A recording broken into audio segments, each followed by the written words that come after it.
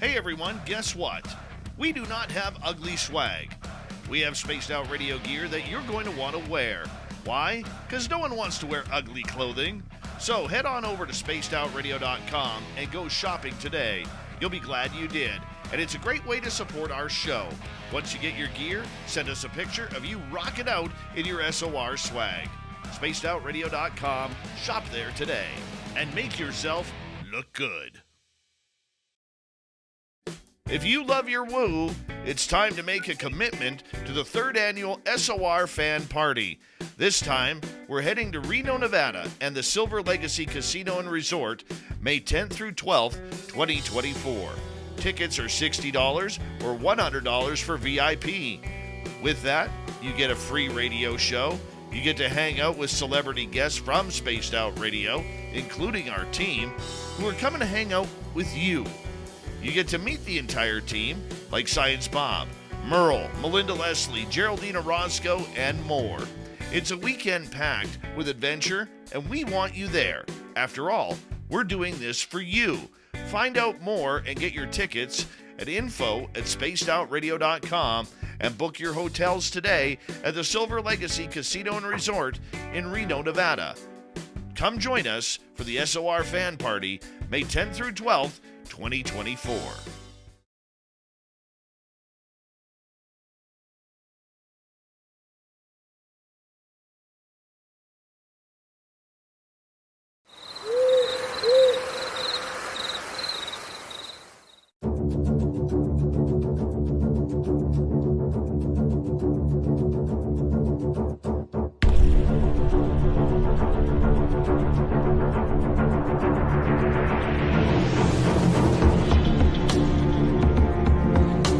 Perhaps we need some outside universal threat to make us recognize this common bound. I occasionally think how quickly our differences worldwide would vanish if we were facing an alien threat from outside this world.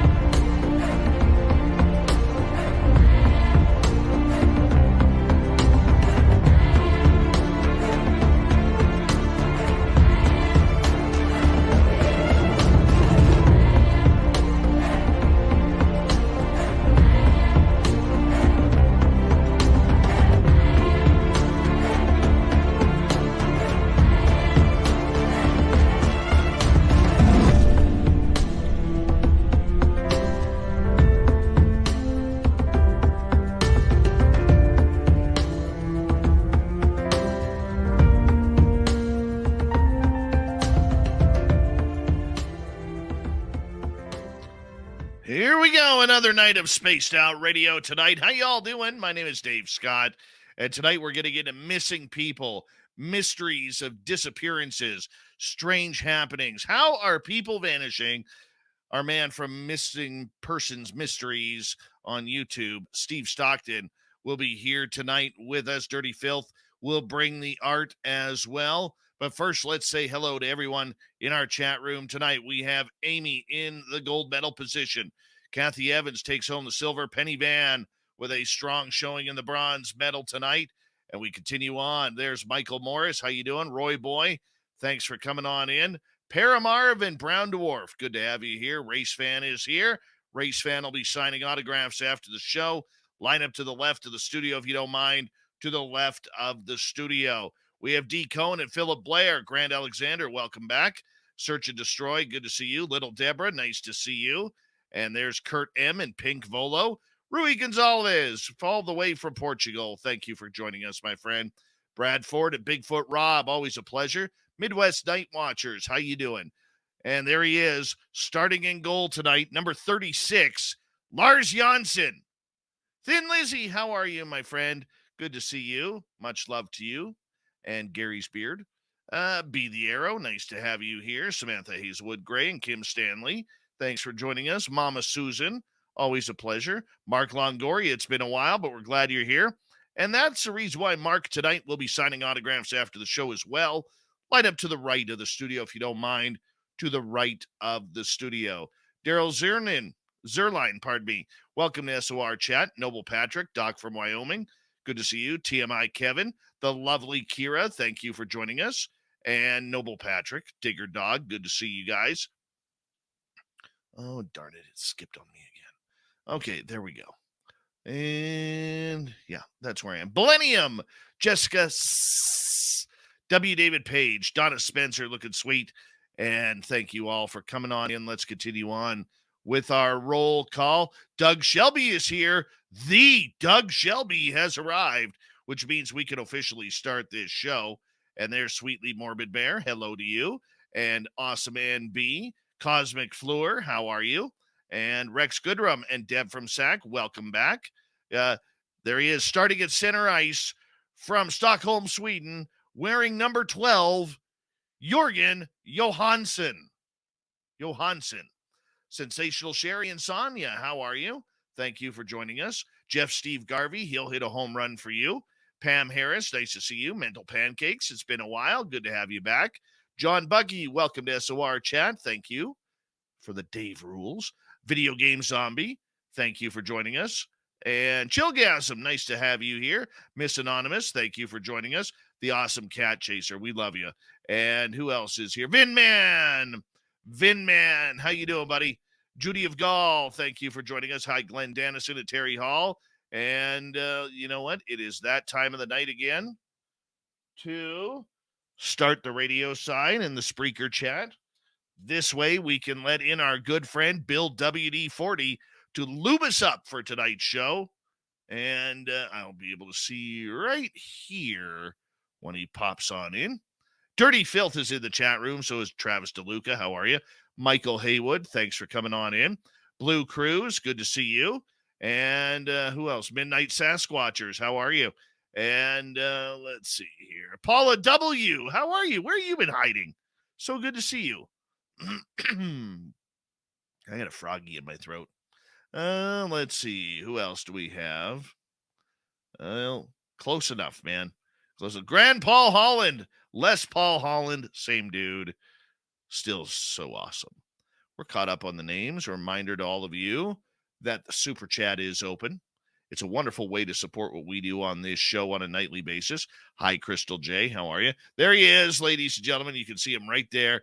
Bill WD-40, lubing up that chat room as we speak. We love you, Bill. Thank you. Richard Elmore, good to see you. We got 10 seconds. Super Chat is open. You can do some shopping at spacedoutradio.com. And everyone, it's that time where I ask, horns up. Let's rock.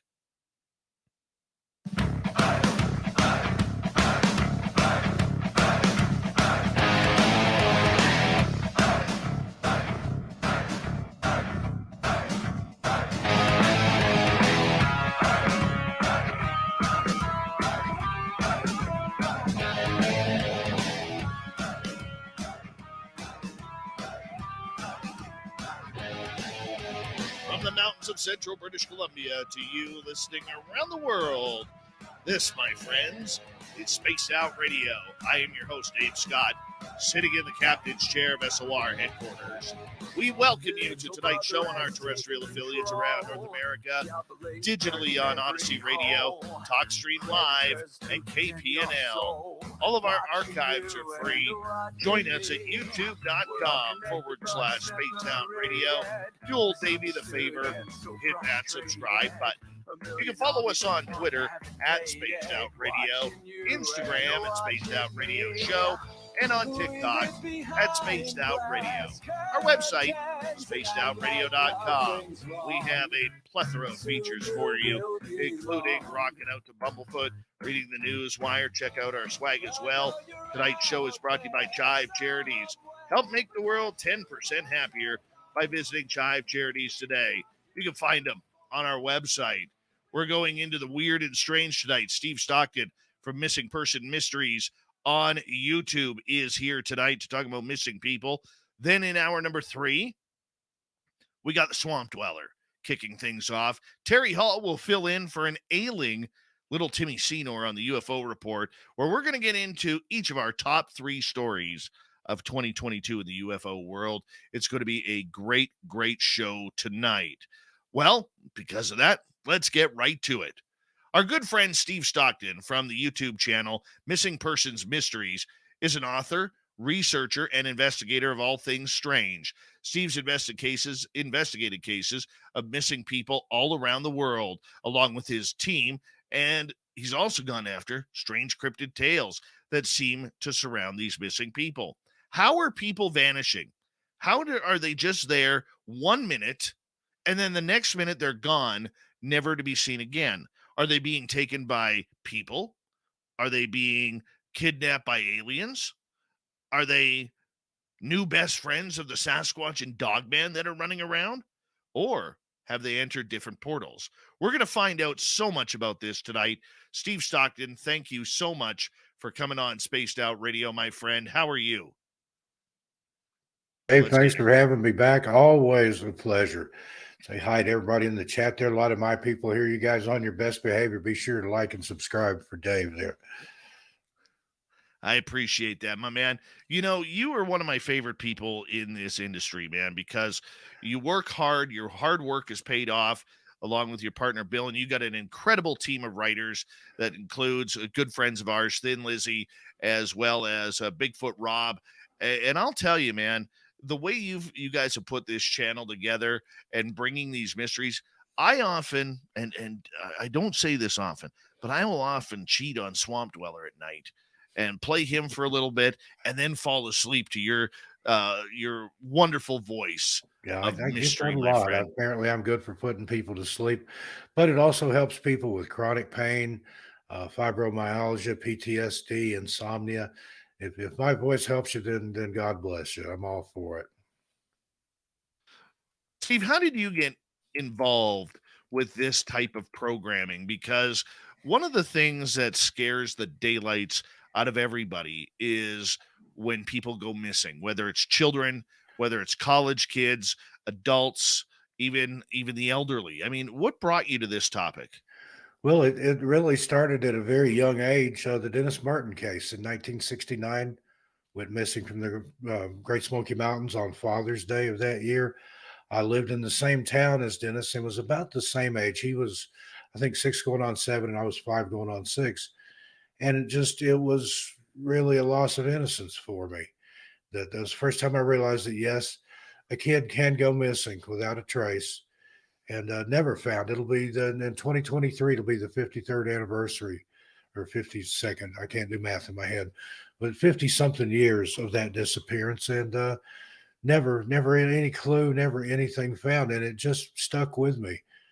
And it was all over the local news, of course, and stuff at the time. And I followed the story in the local papers there. And somewhere I've still got a couple of scrapbooks full of clippings. I just, every day I'd wake up thinking, oh, he'll be found today. And it never happens. I can't imagine the parents. His dad passed away a few years ago on Halloween, my birthday. And no closure, none whatsoever. And that would have to be the worst. I mean, it'd be bad enough for a child or a parent or loved one of any sort to go missing. But to not have that closure, to never know what happened, to never find a body, to never even find a clue. In Dennis's case, I think they only had maybe one footprint that they weren't even sure was his because there were some scouts in there helping search for him in the Smokies, and they were wearing similar footwear. But literally just there 1 minute, gone the next. His dad watched him go behind a clump of brush, and some other kids that his brother was there with him, and another family named Martin was also there. Kind of a Fortean coincidence there. And I don't believe in coincidence. I think everything's connected, but you see that in a lot of cases. The name game, as Lauren Coleman coined it. But so I'm go behind the brush. The other kids came out, no Dennis.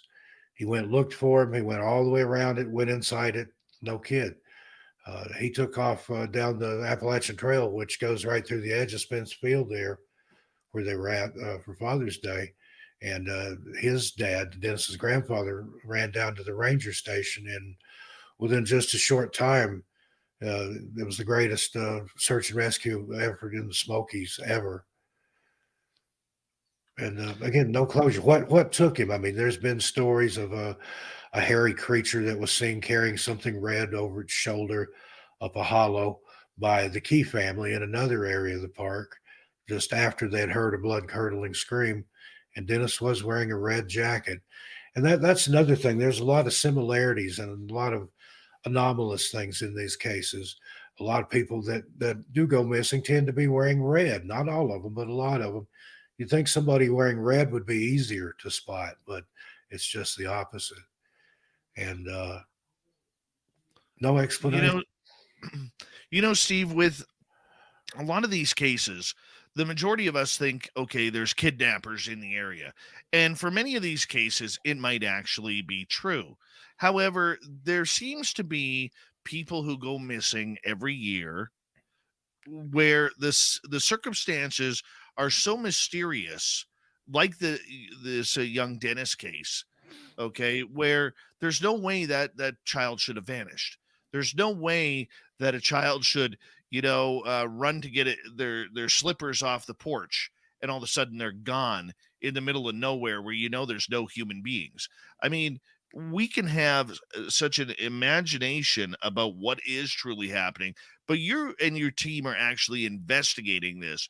Is there high strangeness going on with a lot of these cases? There's cases where it's absolutely human predation or big animal, cat attack or bear attack, things like that. But then there are cases where it just makes absolutely no sense. I mean, we're literally there was a case we covered recently about a woman that went missing. I think it was in the Mojave, and I cover so many of them; they all kind of blur together after a while. But they actually were able to follow her footprints to in the sand to a point where the footprints just stopped. There was no further footprints. Nothing was ever found. No clothing, no body, nothing. It wasn't in a place where an animal or a human or anything natural that we're aware of could have taken her because it left no footprints. So what is that? Is it a portal? Aliens? Yes, all the above. I think there's cases out there that fit all that criteria. Had a video that came out yesterday about the Alvin Ostman Bigfoot uh, abduction. Now he lived to tell the tale, but he was carried off in his sleeping bag and all, and was lived with a family of Sasquatch for a time until he could finally get away. But it makes you wonder how many didn't get away. In the same video, we covered another girl that her and an older gentleman had gone out. He supposedly had some sort of mental connection with the Sasquatch. He could talk to them, and he promised to show them to her. And he claimed that one ran out of the woods, grabbed her, and ran back into the woods, and she was never seen again. Of course, he was the person of interest, the prime suspect, but he never wavered from his story. So, is that what happened? I mean, he's the only one that knows, and her. And there you go. I got to ask you, in regards to this, I mean, you have talked and your team have talked to hundreds of eyewitnesses over the years you've been doing this channel, and you've made connections throughout. When it comes to the police and the investigators that are looking at this, when they go to the public, they talk about the disappearance. They talk about, we have some people that of interest that we want to talk to, but behind the scenes, do they feel that there is high strangeness going on as well? I think there is. I've talked to some officers off the record, and of course, Occam's razor. Usually, the simplest explanation is the most correct, but there's cases where it doesn't make any sense, and a lot of times, the guys that are out there in the field, they're pressured from their superiors. Let's close this case. Let's get this resolved, and they may not tell everything they know about it. Aaron Hedges case, Hunter that went missing, and they found his remains within sight of an occupied cabin. It's like he just sat down and froze to death. But that it doesn't make any sense. And I actually interviewed the young lady for the channel. Her and her father were the ones that found the remains in an area that had been searched many, many times, approximately 2 or 3, almost 3 years after we went missing. And we weren't able to share the photograph because of out of respect for the family. But she sent me a picture of the skull as the way they found it. They were on a trail ride at a dude ranch. And again, they'd searched this area many times. The trail rides from the dude ranch probably passed by there no fewer than 100 times since he'd been missing with different riders. But the wranglers, the ranch hands, nobody noticed this human skull out there till she and her dad spotted it, and it was him. And just there was a lot of stuff in that case that made no sense. And the after they recovered his remains, they told the people that owned the ranch, well, if you find anything else, just bury it. We've got all that we need. That to me, that's just incomprehensible. Somebody's remains out there to tell them just bury it. We've got enough to identify him. I mean, I don't know how the family felt about that, but yeah, I've talked to some officers off the record that agree there's something out there that doesn't make sense. There's so many different theories. There's, of course, you mentioned most of them: Bigfoot, aliens, portals, some kind of government shenanigans, either ours or somebody else's, where we've traded access to humans for experimentation in exchange for technology. Or, and again, some of it's just pure misfortune. I mean, people are ill equipped or ill prepared, overestimate their own abilities. But in order to go missing to a point where nobody can find you, and there's people that simply don't want to be found. There's simply people that wander off that want to disappear, and they're usually found most of the time years later in another place, living under another name. But those are a rarity. And I don't know. I think it's all the above. It's a Fae. Is it Bigfoot? Is it aliens? Is it UFOs? Is it serial killers? Yes. Pick one, because there's cases that easily fit within each of those criteria. Wow. And the fact that we just don't know what is going on and what is happening. I mean, how do you go about picking these cases for missing persons mysteries? Well, we try to go for the stranger ones, the ones that the mysterious ones that just that's the whole point of the channel, missing persons and mysteries. The mystery side of that can be wide open. Now on the missing persons side, we don't really pick and choose. We just try to do our best to cover as many as we can. And sort of our mission statement, if you will, is if we can bring one person home or give one family closure by spreading this awareness, by boosting the signal, getting those names and faces out there, then we're doing what we've been called to do, what we feel has been laid on our heart. But in the process of doing, there's the ones that are just, I don't even want to say routine missing persons cases, because any one is not any more important than another. But we've run across some that were very, very strange. And some of the strangest ones, Dave, are the people that have come back and either don't remember exactly what happened or are unwilling to talk about it or tell some fantastical tale about being in another place that didn't make any sense. In their mind, maybe they were gone for only a few hours, but they've been missing for days. There's one case we covered, the gentleman was arguing with search and rescue that I couldn't have been gone for that long. The sun never set. And you're saying I've been gone for 3 days?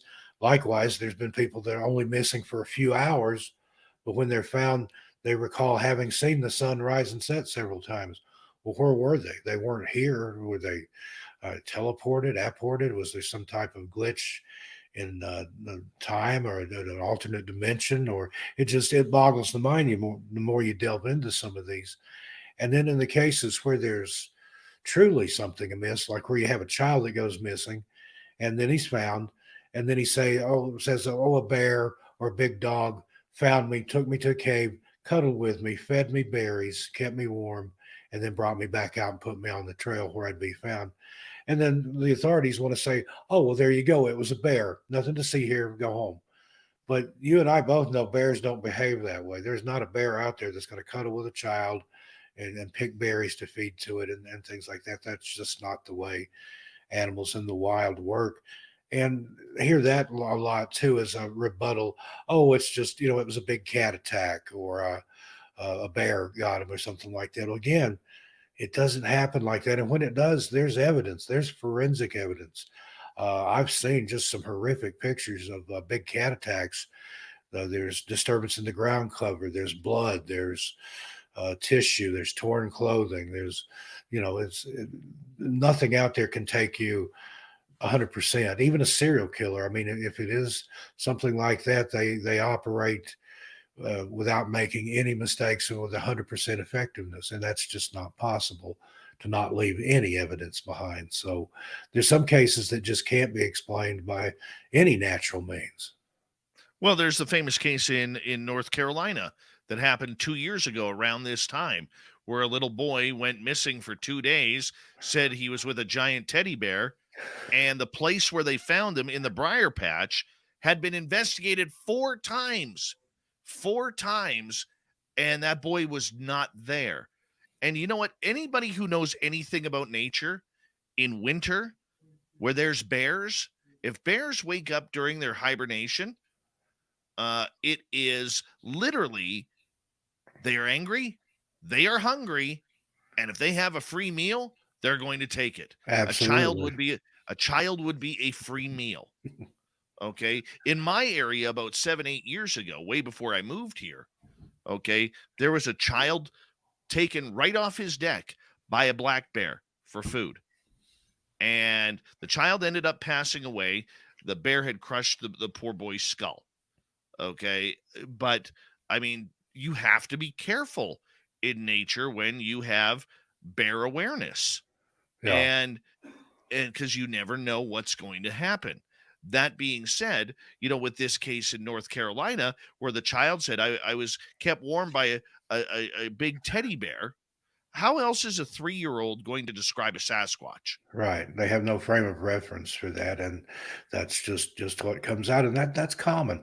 And the thing you said there about in areas that have previously been searched, it's almost like whatever takes people, when and if it returns them, it likes to taunt those that are searching for us. It'll people alive and deceased have been found in search places that have been searched numerous times. The one part that really bugs me about this, though, is when you get areas, Steve, where say any person, doesn't matter whether it's a child or a 30-year-old hiker, where their clothes are found folded neatly on rocks. Yeah, D- that's You that's know, another mystery of, or hanging from a tree limb, or their boots left side by side and they've continued on in the snow. That's supposedly what happened with Aaron Hedges that I was talking about. They found his boots some distance from where they found his body in 3 feet of snow. And there is the paradoxical undressing wherein you're freezing to death, the hypothermia sets in, your body starts generating as much heat as it can to try to warm the core, and you feel hot. You're maybe sweating or sweltering. So some people will strip off to try to alleviate that. But I mean, this guy was a hunter. He was used to deer and elk hunting and things, and you're not going to take your boots off to walk several miles in the snow, which he did. no. And, And and I don't get it. I and don't get it, my supposedly friend. where they found the rest of his remains prior to finding the other parts of him, they said it looked like he had just sit down on a rock and literally melted into his clothing, and that's common too, where they'll find the clothing on a log or on a rock with the leg bones still in the pants, the feet bones still in the socks, the boots missing, the rest of the clothing missing or hanging up or folded neatly. Been people found with their clothing turned inside out. Now an animal's not going to do that. And we were talking about bear attacks are exceedingly rare, like in the Smoky Mountains, for example. A lot of bear up there. But in since the inception of the park in the 30s, I think there have been 5 fatal bear attacks. But in that same amount of time, there have been 50 small plane crashes in the Smokies. So you're much likely to perish flying over the Smokies in a small plane than you are to be eaten by a bear. But it does happen. It's like you said, if they're coming out of hibernation or they're woken out of hibernation, they're hungry, they're angry, they're not happy. And again, you're in their territory when you're in the woods. You're not the apex predator there. You're food. It'd be no different than if I saw a cheeseburger walking through my living room and I ate it. Same if you're in the ocean and a shark eats you. It's not being aggressive. It's not doing anything other than its own natural what it's knows to do. It sees something swimming. Oh, I'm going to eat that. And a lot of Yeah. times, and it's sad. They will, when they have those bear attacks, they will go in and euthanize the bear, sometimes by not so nice means, And I just, to me, that's just wrong. You know that. You take that risk when you go out there, and you have bear spray and things that you can use a firearm, but you're in their neighborhood, you're on their block, so watch yourself. Same with the big cat. Well, we covered a story where two men had taken, I believe it was either a moose or an elk, and they were field dressing their kill, and they were attacked by a mountain lion, and it got one of them. And there's been cases like that where bear have attacked too. So again, you've got the food, they want the food, they'll take the food. And even if you're near not the food, they will do what they have to do to get it away from you. Well, that's very true. We got about 40 seconds here before we have to go to break at the bottom of the hour from Missing Persons Mysteries YouTube channel. Steve Stockton is here tonight. Steve, with everybody that is gone missing, whether they're young, whether they're old, and they just vanish. Are there any patterns in the clues that we have seen? There are certain things that happen again and again. Place names have a lot to do with it. Places with devil names or weird names of Skull Canyon, Skeleton Gulch, Devil's Tower, places like that. There's something to that, and I don't know if those places are so named because of things that have happened there. Steve, I'm going to get you to hold on right there. We're going to go to break here at the bottom of the hour. Missing Persons Mysteries. Missing people just vanishing with no reason why. We'll get more with Steve Stockton for Missing Persons Mysteries right after this.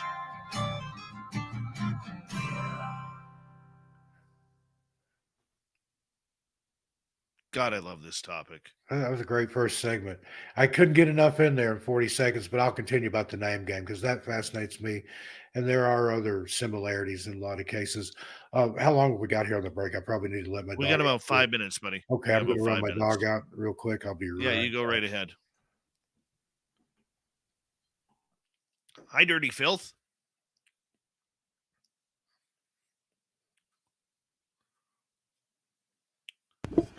Hello, Dave. What are you drawing? Well, it's kind of a secret. It's probably an alien, probably a Sasquatch. It looks like it. Looks like it. I would like you to do me a favor, if you don't mind, Dirty Fylth. Do you a favor, he says. Yes, please. I even said please. You notice that? Oh, can't say no now. Tell everybody where they can find your calendar and your books and well, you go to, if you go to filthy.com, spelt with Y's, you can find all my books there. Oh, wait. Second book's not out yet. But the first book is there. Calendar's there. You can also acquire prints from there. And if you really wanted, I don't know, a drawing of some sort, you can email me and we can hash out a plan.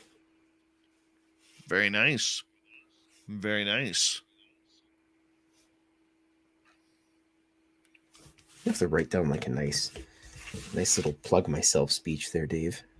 Yeah, you're getting better. You're getting better. I'm trying to work on the drawing and speaking, talking, drawing. I know. It's tough. Terrible. It's like walking and chewing gum. It's terrible. I tried that at work once and I almost drowned. Cat chasing Dave. Oh, I can't. I love and hate popcorn at the same time. Dave, when are you writing a book? It's about 3/4 done. I haven't worked on it in about 9 months. I get frustrated. Hi, W. David Page, Mac Geek, Griffin Christian Bowman. Welcome to S.O.R. chat. Jeremy Jones, good to see you. Jeremy, geez. You caught me in a conundrum here because one of the greatest things I ever did in life about 11 years ago was I quit golf. And all of a sudden, this past fall going into winter, I had the urge to restart golf again, but I haven't yet. So I'm not sure if I will be anywhere ready to golf in May. I don't even own clubs anymore. That's how much I gave up golf. But I was thinking of getting a set. Finding a good set of left-handed clubs, though, is tough. Well, you're a grandpa now, Dave. You have to do golfing. Yeah, it's an old person sport. Ouch. You went there, eh? Like bingo. High-speed gaming for the elderly. Well, that's why you were cruising around the bingo lots in Vegas last year. Or earlier this year. I was. It's almost next year, Dave. I'll be back at the bingo lots, beating those old timers. Mm-hmm. Nobody can make a kite as quick as you, Fylth. Dark Winter Wolf, how you doing? Who commented on? Hold on, let me get there. Oh, hi, Sparkles, who's just recently started golf again.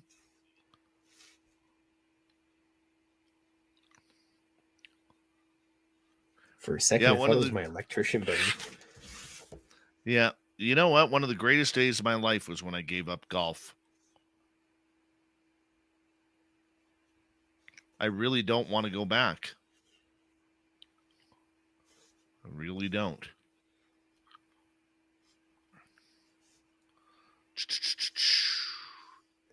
So there will be no big thank you. Golf tournament?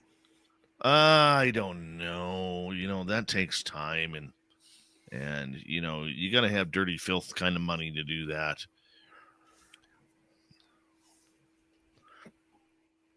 Big thank you tonight for Deb kicking off the super chat at T2E. Thank you so much. Steam Train Mark, thank you for letting me know that I am alive in the future tomorrow. I appreciate that. There's one of our favorite veterans, Surf Jer, for coming on in. Thank you, Surf Jer. We love you, buddy. Great veteran there. Let's see. I like mini golf. That's true. And there's Steve Stockton. All right, here we go, everyone.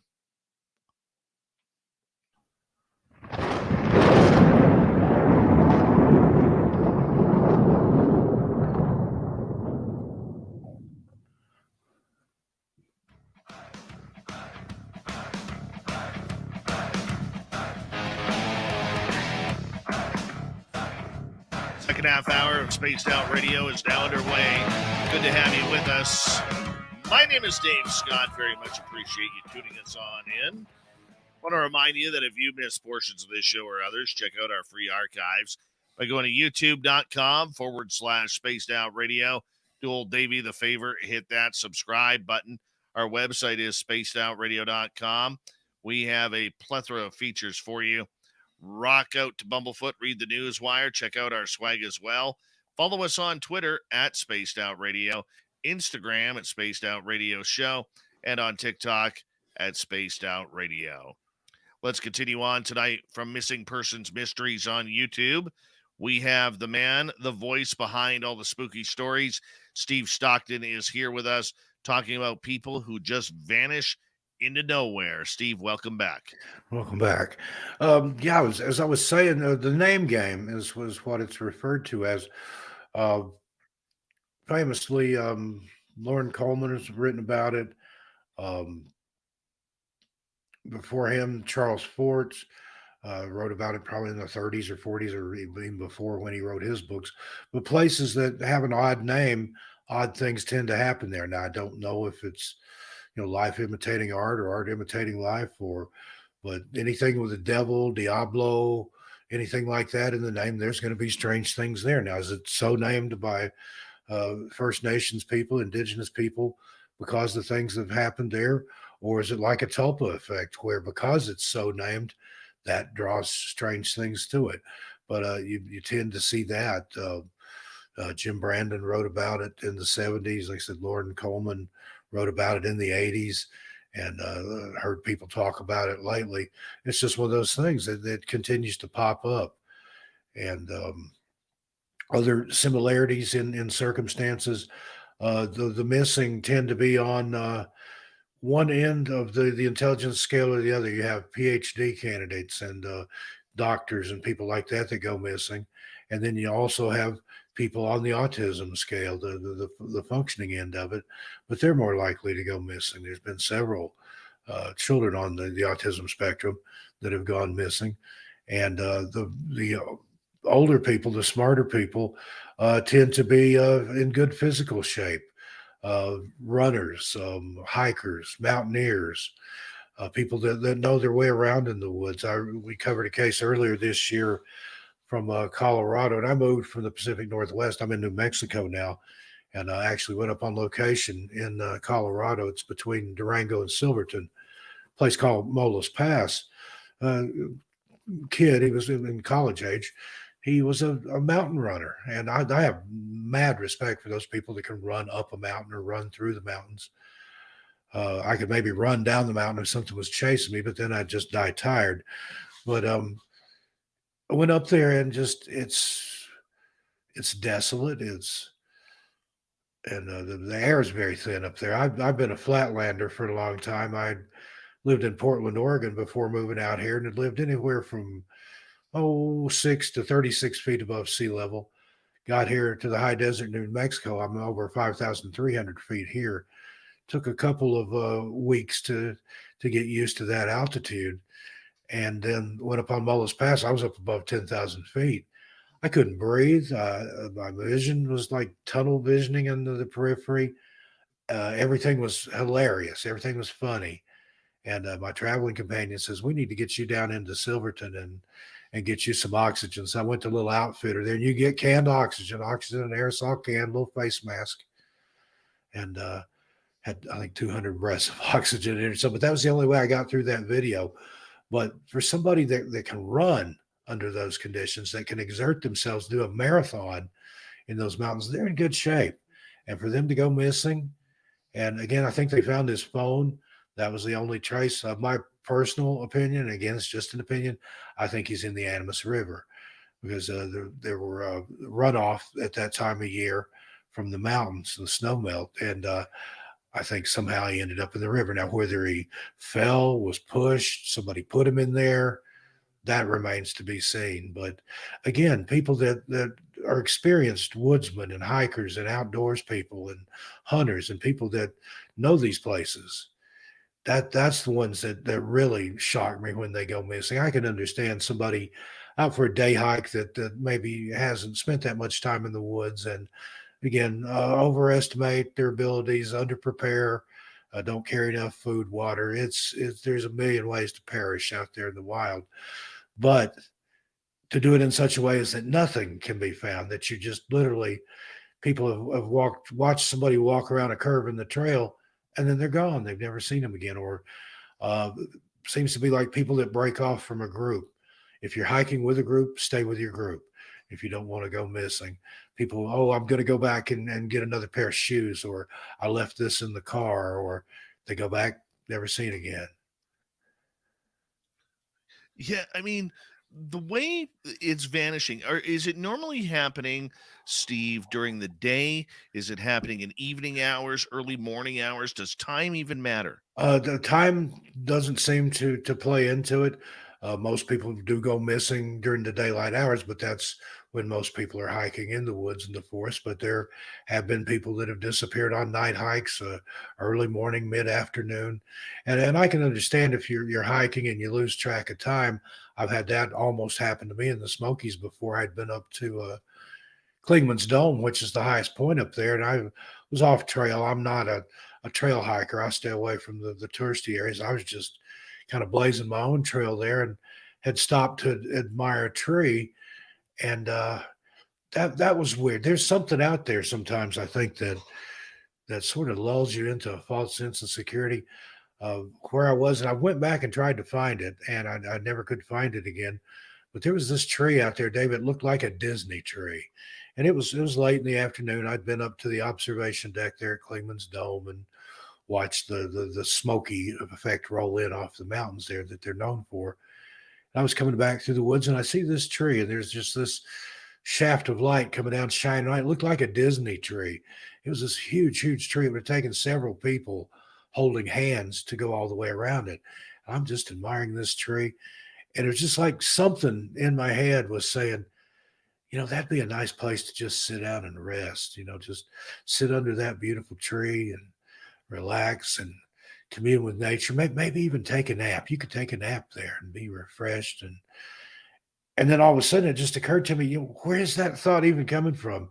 It's late. It was in the summertime and it was getting late. I didn't want to be out in the woods off trail. I didn't have a headlamp or anything with me, hadn't been prepared to do any after dark hiking. And I still, to this day, I think that if I'd sat down there and went to sleep under that tree, I would be like Rip Van Winkle. I never would have came back, or I'd stumble out of the woods 20 years later with a beard even longer than this. And everybody else has aged even more. But there's something out there. And that same day prior to that, I'd experienced the thing where the woods go silent. And you people that have been out in the woods know what I'm talking about. There's times when it's like somebody hits the mute button. You can't hear the leaves. You can't hear the wind in the trees. You don't hear any animals. You don't hear any running water. You don't hear any traffic. If you're close to a road, it just goes, deadly silent, like being in a vacuum. And that, to me, that's a sign to get out of wherever you are. Something is afoot there. There's something there. And that's people that have gone missing and came back have talked about that, like the woods going silent, the woods going still. And again, now animals and apex predators and things, when they're around, the other smaller animals will be quiet because they don't want to get eaten. That's just part of their survival instinct. But for the wind and the leaves and the trees and everything else to be silent, that's not supposed to happen, yet it does. Do you think that, and because we're more about the weird topics here, Steve, as you know, I know you're a fan of this show. Absolutely. Do you think that there are creatures running around that are targeting humans? Could there be? I think there are. We've had reports like that. We've covered. People call it the glimmer man or the predator type being. It's an outline of a humanoid figure, but it glimmers, shimmers like heat waves rising off the pavement, but it moves through the trees. There's a famous video of Bruce Maccabee's wife, Jan, up in a tree stand. I can't remember if it was a photo or a video, but she saw such a creature in another tree over.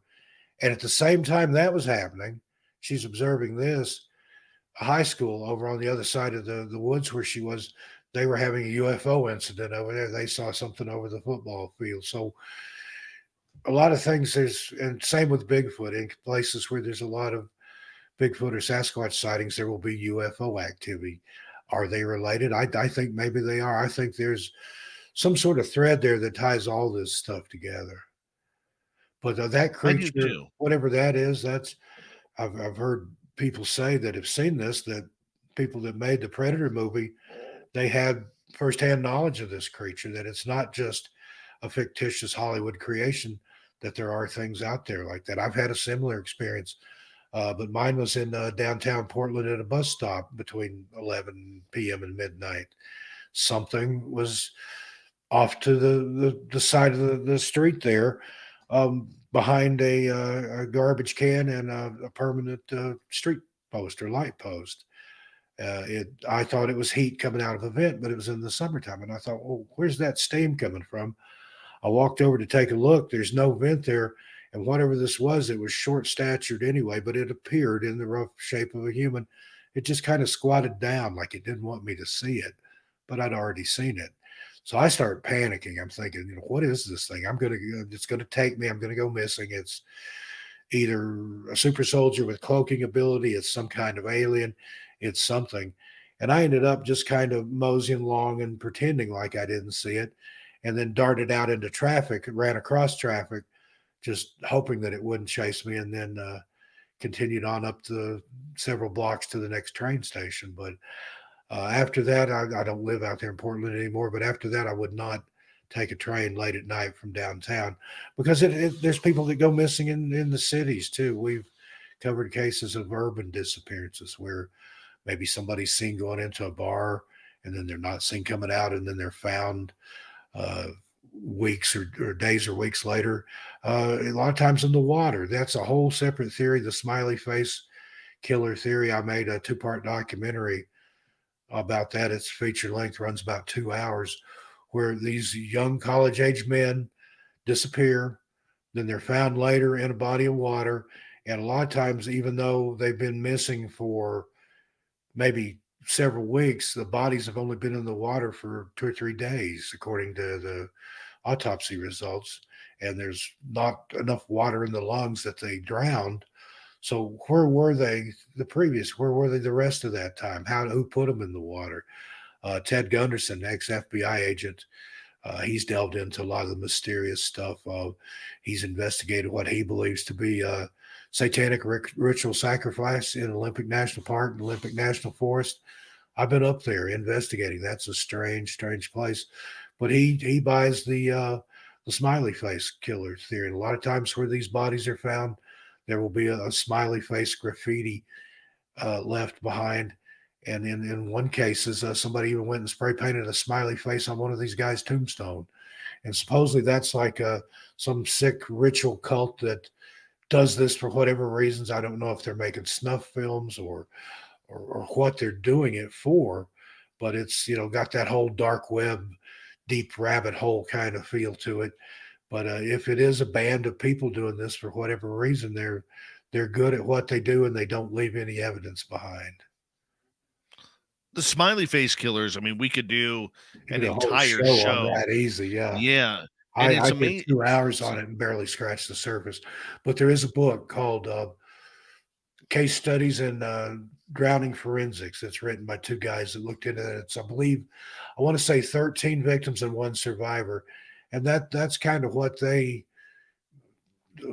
buy into, is that whole theory that it is a group of people that somehow coordinate. And, is it truck drivers? Is it, I don't know. But it's Right. there's some validity to it, I think. But that's just one explanation. In hour number 2, we're going to get to a number of your top stories of 2022. But one of the things that I want to ask is, a lot of times it seems that these people vanish and it's like they've walked into a different dimension. Many a times we've heard these people come back in stories where they were like, "Mom or Dad, I was yelling for you and you couldn't hear me. I saw you walking up the hill." In the meantime, the parent was like, "Well, I'm yelling for you. I don't see you. I don't hear you." Is there some sort of cross-dimensional That's part of the explanation too. There's been a lot of cases like that where people could see the rescuers that were looking for them. They're yelling, they're waving their arms, "Hey, I'm over here," and it's like they don't see them, they don't hear them. There are cases where people are hiking on a well-marked trail, and then suddenly they're not on the trail anymore. They don't realize where they are. They turn around. There is no trail that they've been on. Where are they? Where did they go? How did they get there? I've got an interview coming up with a lady from Indiana that had that experience as a child. Her and her babysitter, caregiver, went for a hike through just a short section of woods. Well, she said they walked and walked and walked. They came across a cabin. There were berry patches there, and there was an old wooden bucket sitting in the middle of this dirt road that they found in the woods. And it was like something was saying, here's the bucket. And she did. She was only like 5 or 6. She wanted to go pick berries. That's another thing. A lot of people go missing either while picking berries or in or near berry fields. In fact, when we come back, I'll tell you about a story from a little place in Washington where a whole generation of kids were sent to pick berries and never came back. My goodness. Yeah, I mean, I look at it like this, Steve. I couldn't imagine going out, and I bring my 9-year-old son with me everywhere. When we go out looking for Sasquatch, he's right there with me. But we have one rule that when we go out, he has to walk in between two of us. Mm-hmm. Right? Because I just will not allow him to have any of this missing person stuff go in my family, at least. You try and take all precautions that you can. The other thing too that you mentioned that I wanted to get to, because I've seen some comments in the chat room, is about the silence of the forest. Now, I don't know if you have ever been deep in a forest when all of a sudden it goes eerily silent, where not even the birds are chirping and you can't even hear the birds a mile away.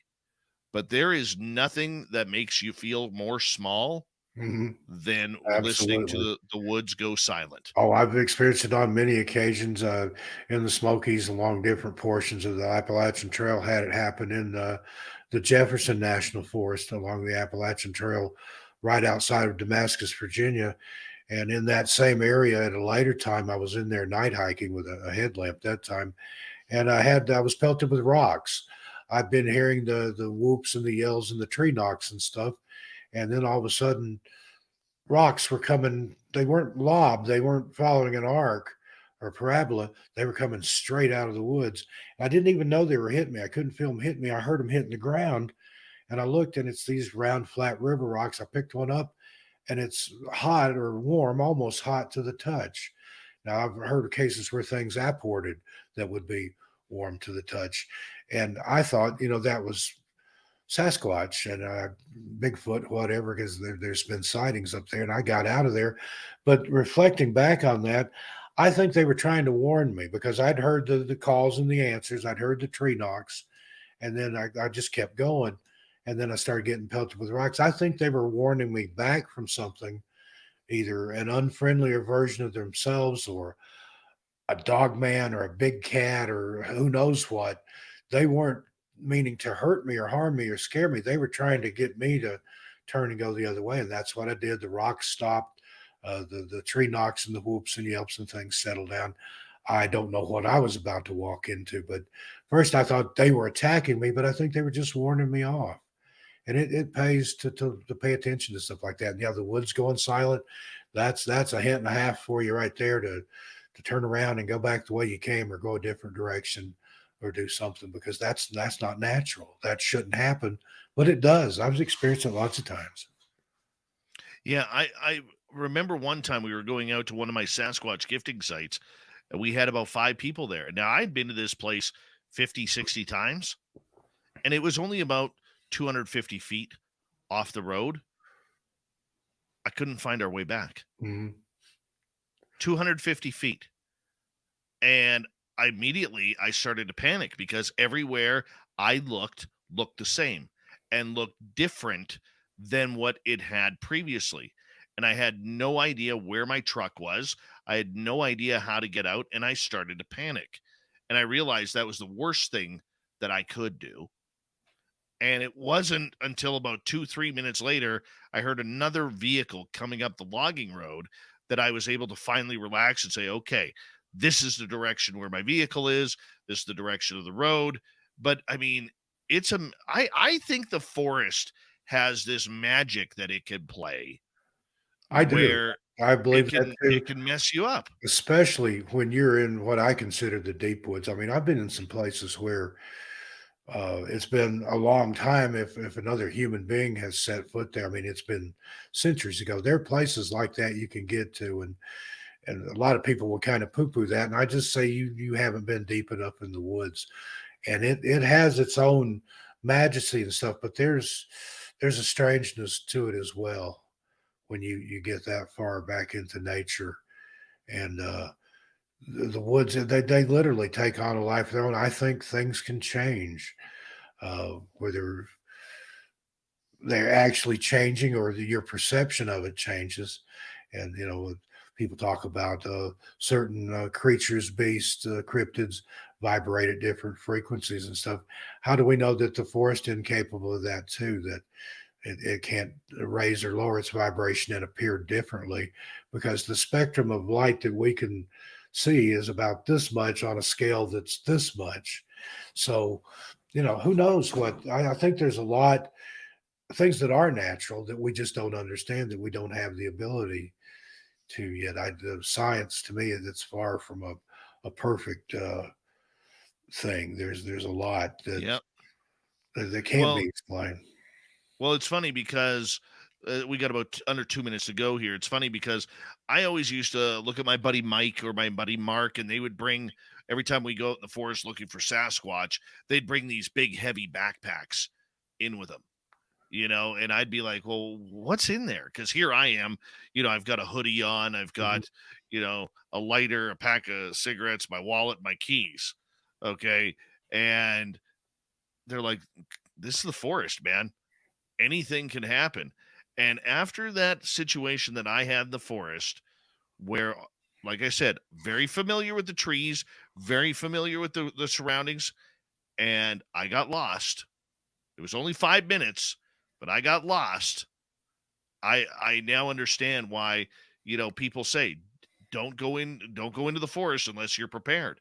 And that's what I'm now trying to do, knowing that coming 2023, I'm going to be taking our Sasquatch investigations around here a little bit more seriously. I want to make sure that when I go into the forest, that I am prepared as anything, with Right. water, with snacks, with rope, with band-aids, with everything that you possibly can, just in case. Yeah, Because and that's a good plan. And I know people that I'd rather be over prepared and not need it and just pack it back out than to get out there and then have something happen. And if I were going to go on a day hike, I'd probably take enough food and water for 2 days if I could carry it. And mhm, I've got a Garmin GPS. I've got a personal locator beacon. Those are almost essential now if you're going to be out there. Get an old fashioned compass, learn how to use it. Get an orienteering compass, take a topo map of the area you're in, learn to chart by the stars. If you get caught out after dark, there's all kinds of ways to find your way back, but only if you know how to do it and have the items to do it with you. absolutely. And always let somebody know where you're going, Yes. just in case. And if you got nobody in your area, a simple call to the police to let them know where you'll be works just as effectively. Spaced Out Radio with Steve Stockton tonight as our guest from Missing Persons Mysteries. When we come back, some of his top stories of missing people in 2022.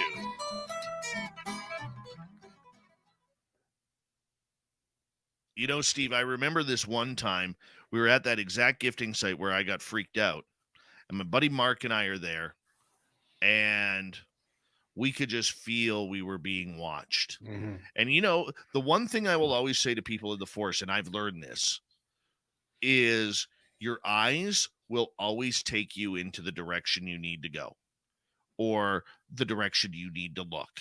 And if you keep going back, like say you're scanning your surroundings, but your eyes keep looking down a path on the left, don't leave that path, because something is there that is telling your senses there's something there. And we swore that day we had visitors around us, man. Oh yeah. And, And sometimes it's not. I mean, I've felt that way where there were big cats and bears and things around that way. They'll give you yeah. that feeling. But then I've been places, Mount Shasta in California. That mountain will watch you. I'd Oh spent yeah. the night down in town of McLeod, a little cabin, and I was out about 2 o'clock in the morning, and and I'd already seen lights up on the mountain. Strange lights reminded me of the Brown Mountain lights, but bigger. And I just got this intense feeling of somebody staring at me, and I whipped around, and it's the mountain. The mountain's there looking at me. Yeah. So, Oh yeah. I'm going to step away for a quick second. Dirty Filth, we're going to turn this cartoon over to you, yeah, my I'm good. man. I'm You good. and Well, Steve can hang out here for a minute. I'm going to take a couple of minutes. See what have we got. 5 again. Yeah, I'd say 5 minutes.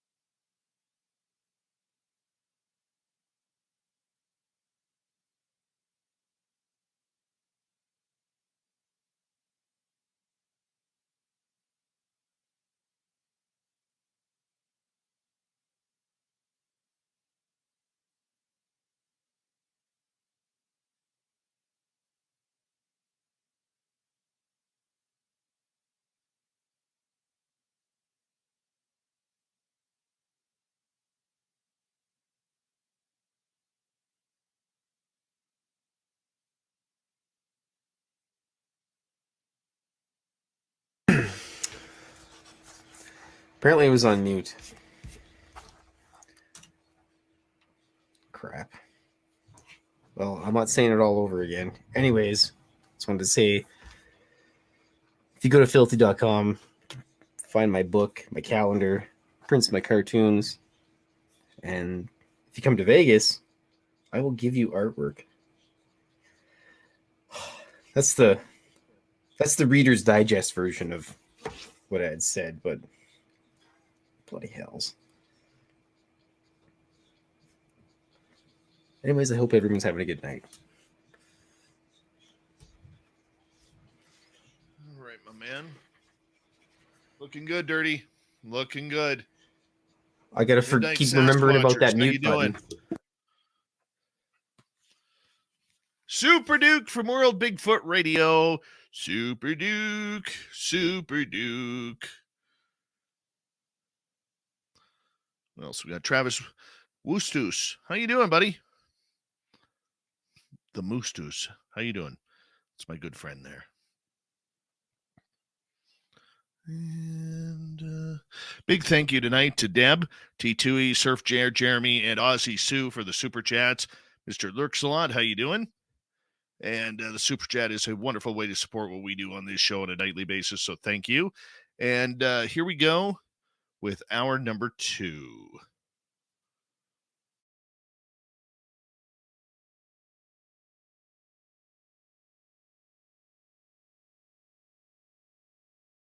On Twitter at Spaced Out Radio and on Facebook, Spaced Out Radio Show.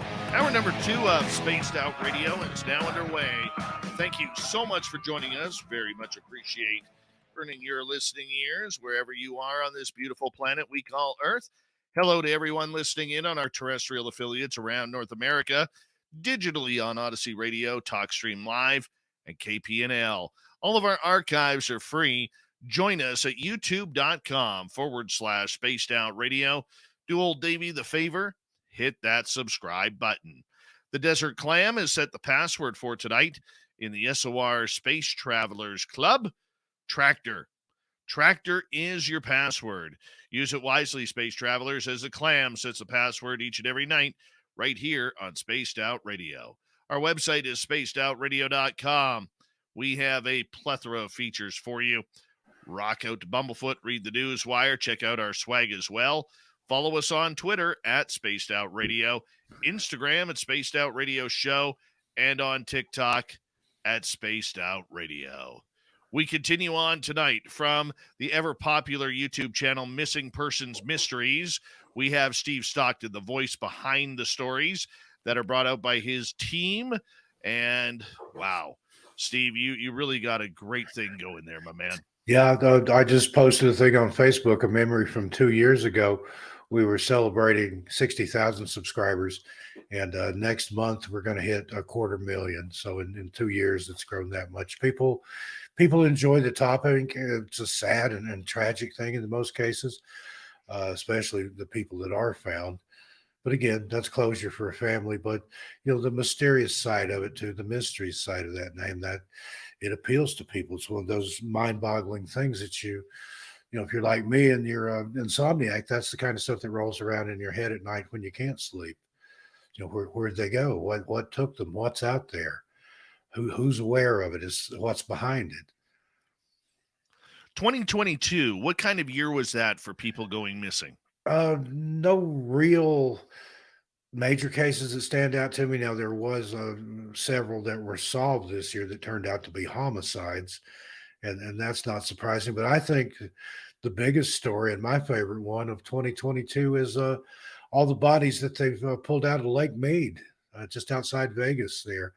Now, I've been to Lake Mead, but I didn't get in the water. I don't like to swim in a lake because you just don't know what's in there. And this is a good example. In May, they pulled 5 bodies out of there. One of them in a barrel that they thought was a mob hit from the 70s. And, it's close proximity to Vegas. It's a body of water. There's no telling what's in there. And there was, I think, an archaeologist or anthropologist from Colorado that says there's probably hundreds of bodies in there, some of them dating back to prehistoric times because the water is so cold and so deep in certain areas that the bodies, they don't gas up, they don't float. There's no insect predation to break them apart. And there's a phrase, I think, adipocere or adip something like, anyway, the bodies, the fatty tissues in the human body will turn into a soapy like substance, and even the fat in the bones and stuff, and they're there waiting to be found. And again, I mean, you think about that, people play in that water, swim, boating, popular out there, the jet skis and everything. It's a water source for people, and boil your water. That's all I got to say. Is you don't know what you're drinking. Think back to the Cecil Hotel and the Elisa Lamb case, where they found her in the water tank, and the people that had been staying there, it's kind of an extended stay place from what I understand, talked about the water smelled funny and tasted funny. Well, it's because there was a decomposing human body in it. So yeah, that doesn't sound very appetizing or appealing to me. No, no. And you know what? Bottled water still looks pretty darn good. Purified water at home. And again, like my daughter's other grandparents, they live in southeastern Kentucky. Somebody drowned in the reservoir out there years and years ago. They're both deceased now, but they boiled their water from then on, because you just. And when I lived in Portland, they arrested a kid for peeing in the reservoir. So you never know what you're drinking. So get a home purification system, boil your water, do something. But very true. Very true. Were there any cases that really stood out to you regarding the national parks this year? that's one of those things that they're all strange.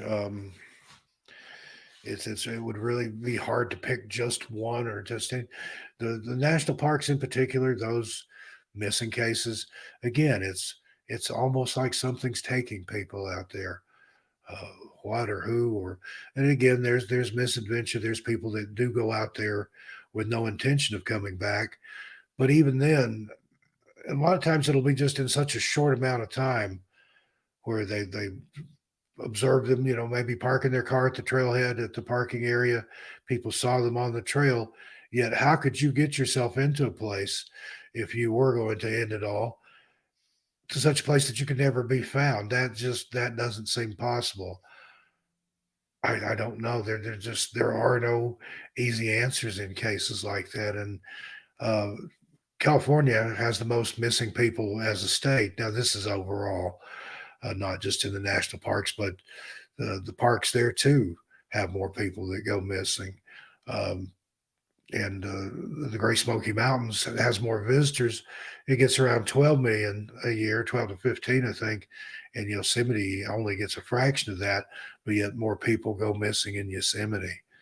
And there's other places like that. We talked about Mount Shasta, a lot of strange activity up there. I'm interviewing a girl this week that lived in the Bay Area, across the bay there from San Francisco in Berkeley, and just felt the call. Had never been to Mount Shasta, didn't know anything about it, but felt pulled there, and went and lived on the mountain in a tent for 5 months. And boy, she's got some stories to tell. I'm looking forward to that. But I can understand that. The first time I ever saw Shasta was when I was coming down to San Francisco to be with you at that UFO convention back in, I think that was March.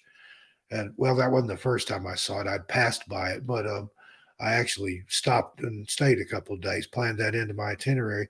But when you come down the interstate, there's this one curve there on the I-5, and you first see Shasta. It pulls to you. It's just so majestic and so spiritual and so surreal looking. And again, there's everything there. There's Bigfoot encounters. There's missing people. There's talk of cities inside the mountain. There's talk of Lemurians. There's talk of ascended masters. There's places like that where there's just something there, and people are drawn to it, and whatever it is, it takes people. That's the famous robot grandma story that happened on Mount Shasta. The one of my favorite Bigfoot stories I've ever heard. A lady was hiking on Shasta and saw what she described as a female Bigfoot giving birth to a baby Bigfoot. And then another lady, no relation, didn't know one another, in the same area about a year later, she observed a female Bigfoot nursing a baby Bigfoot. So there you go. Same area, same circumstances, seen about a year apart.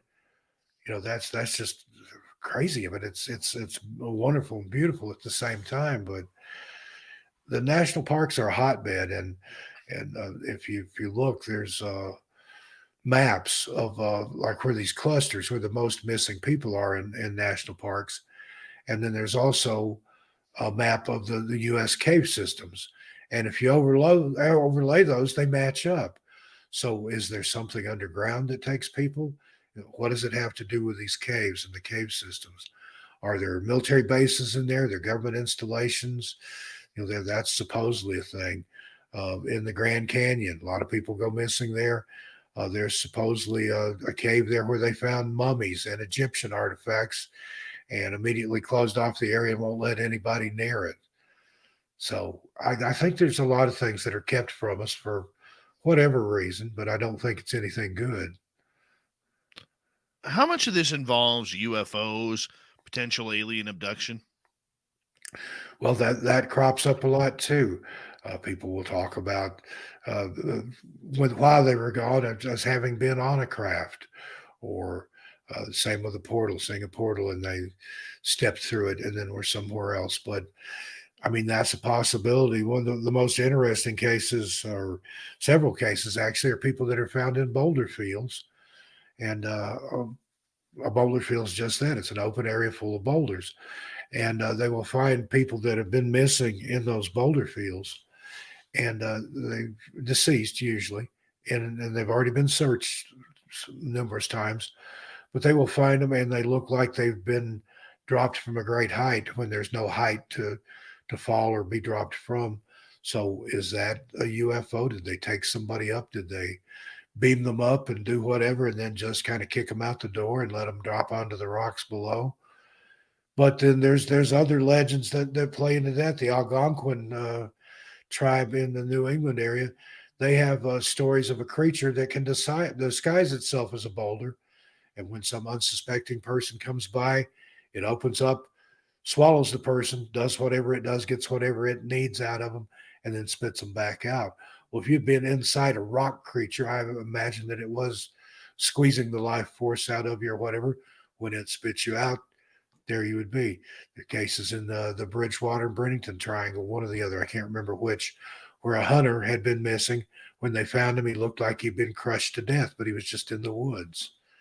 So was that a Bigfoot? Lots of Bigfoot stories up there too.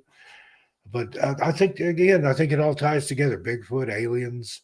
There's a common thread that runs through there. And one of the most interesting theories, and people will laugh about this, but it's the Fae theory.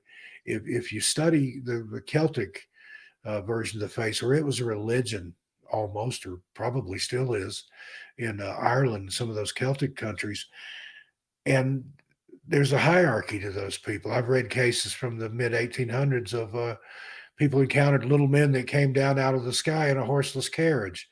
That's an ancient UFO or an old UFO sighting. Or there's different types of the Fae. It's not these little Tinkerbell, gossamer winged creatures that float around. Some of them are like elementals. Some of them are huge. Some of them are scary and they don't like people. And so it all kind of fits under that umbrella. But people that believe wholeheartedly in Bigfoot and UFOs will giggle if you mention the Fae. But I think that needs to be delved into more, because there's a lot of answers there that kind of takes all these other theories, the cryptid theories anyway, and puts it in a nice package with a little bow on top. So are the Fae involved? And again, you go back to the Native American legends, even in the Smokies, there's one day to Sunday, the Cherokee call them a race of little people that they warred with at one time, but they make friends with now, but they're tricksters and pranksters. They steal children. They do all this other stuff. I think pixies are the only ones that are nice. There's a whole hierarchy of them. There's hundreds of different types of the Fae. And some of them are big and hairy. Some of them are small and Tinkerbell type. But all that's been Disneyfied. We've been programmed to believe, oh, well, that's not a fairy. Fairies aren't real. There is no Fae folk, but there's stories of gnomes and trolls and goblins and things that all kind of fit within that framework that people have seen. So I want to ask you, because I don't think this topic is talked enough about, is the idea that there are wild people out there. yeah, that's And one you it's hear. been, I've heard that in relation to the Dennis Martin story. There's a guy on here on YouTube, has a channel called South Force 10, and he's an older gentleman, but he is so adamant in what he believes, and he claims that his relatives were hired by the U.S. government to go into the Smokies and thin these feral cannibals out before it ever became a national park. And he claims that that's why the boundaries of the national park is where it is, not so much to fence off a place where people can go and enjoy, but to keep these wild beings contained. And I've heard that argument. Well, you couldn't have feral people living in those woods. Well, my answer to that is you just haven't been back in the woods far enough. Whether they're cannibal hillbillies or whatever, you can go far enough back in there. If you didn't want to be found, you wouldn't be found. Case in point, Eric Rudolph, the abortion clinic bomber, he hid out in the Nantahala National Forest for like 5 years. And FBI's top of the most wanted list. The only way they found him, he got a little too bold and was coming into a little town in North Carolina and getting day old snack cakes out of the dumpster at this convenience store, and a rookie cop recognized him. And this was somebody with no real outdoor experience, wasn't a woodsman or a camper or anything. He just decided that'd be a good place to hide out and not be found. And it was. So if somebody like that with no training and experience can do it, imagine somebody that's lived in those woods for generations that they like to keep to themselves for whatever reason, whether they're inbred feral cannibals, hillbillies, or what have you. There are people that like that lifestyle, and maybe that's what it is. Dwight McCarter, he's a retired ranger, was in the Great Smoky Mountains National Park Service. He was the lead tracker on the Dennis Martin case. He says that there are wild people that live in the Smokies. Now, he didn't elaborate on that and say that they were, some sort of Bigfoot human hybrid or whatever. But, if a park ranger is telling you, yeah, there are wild men, off-grid backcountry people that don't want to be seen and that don't want to be found that live there, I tend to believe what he says. It boggles the mind, Dave. I'm telling you. These feral people, though, Steve, a lot of it happened, from what I have studied, a lot of it happened with people who were either draft dodging Vietnam back in the day, or people who came back from certain wars and just couldn't handle regular life anymore. Yeah. Never mind the lineage of, say, centuries of this going back to the Civil Wars. But there are people out there, and I know there's people in the forest right out here behind my area that live out in the forest because they just can't stand society. Yeah. They don't like politics. They don't like the news. They only come to town if they need, food or whatever it may be, or, and otherwise they are living in solitude in the forest. Oh yeah, there's people that prefer that life, nomadic. Basically, they're not homeless. They live in the woods.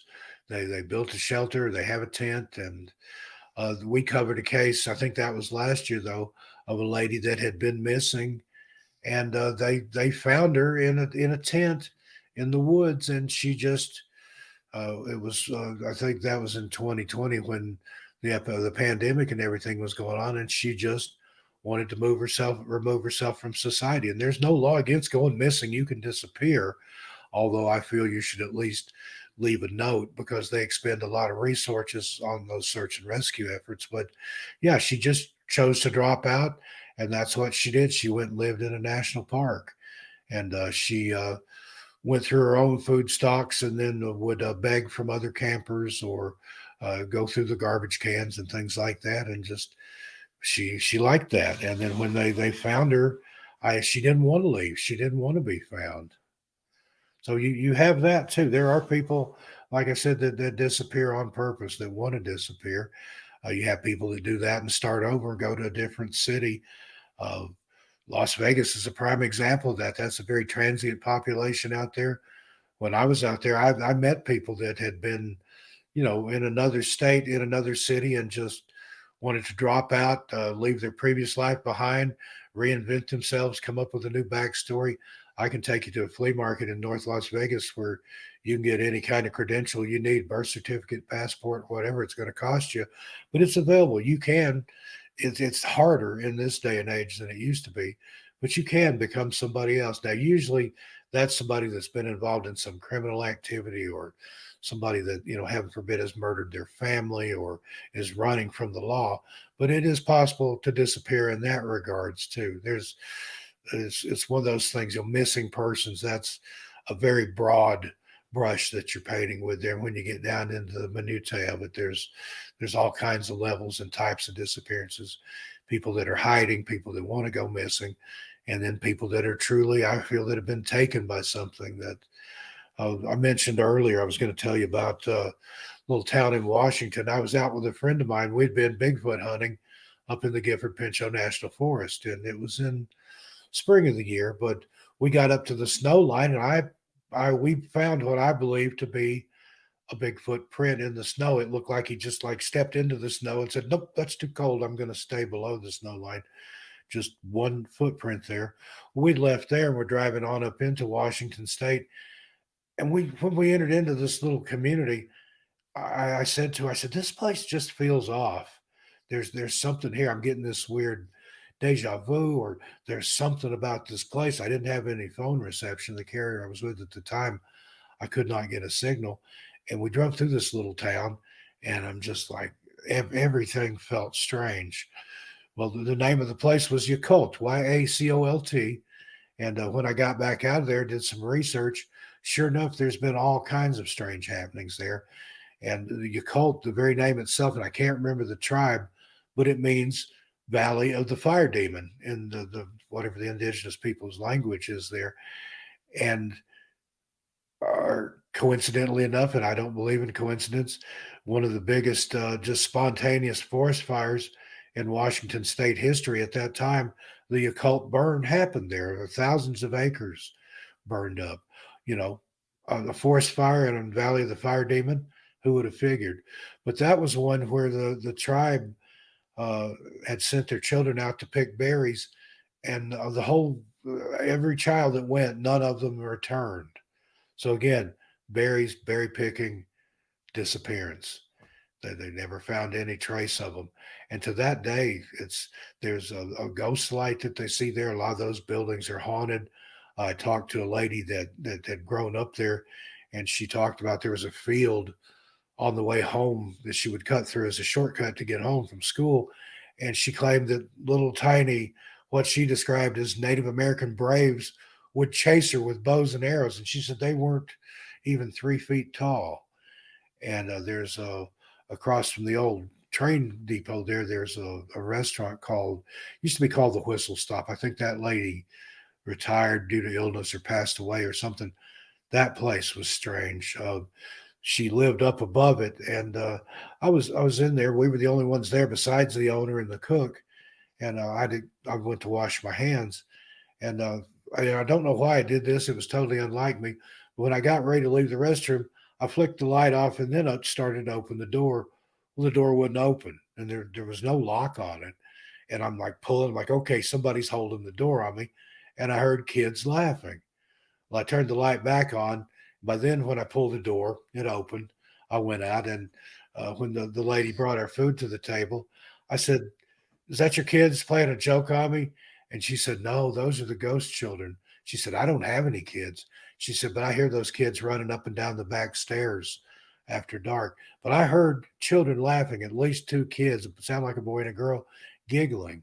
So is that some of those native children that disappeared and never came back? But the whole town is like that. And I said, the minute I went in there, this feels off. Steve Stockton from Missing Persons Mysteries. When we come back, we'll get to some of your questions and more stories from Steve on the people who just mysteriously vanished into thin air. Spaced Out Radio with me, Dave Scott, and our guest, Steve Stockton. continues right after this. Stay tuned.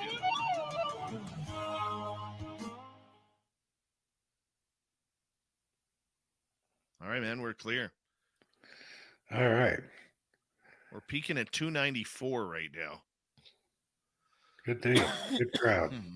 See a lot of my folks in here from Missing Persons Mysteries, my other channel, 13 Past Midnight. And friend of yours, Thin Lizzie Borden, she's going to be doing a tarot reading. Tarot and Oracle cards over there Friday night. We did it before. It was very successful. She's coming back this Friday at 7 Mountain, 6 Pacific to do Oracle and Tarot card readings. Really looking forward to that. But she is an amazing lady. Her and Gary both. Gary's like my little brother. Gary has an incredible beard. He does. And Thin Lizzie, she's amazing. She's amazing. I hope both her and Gary make it to Vegas this year.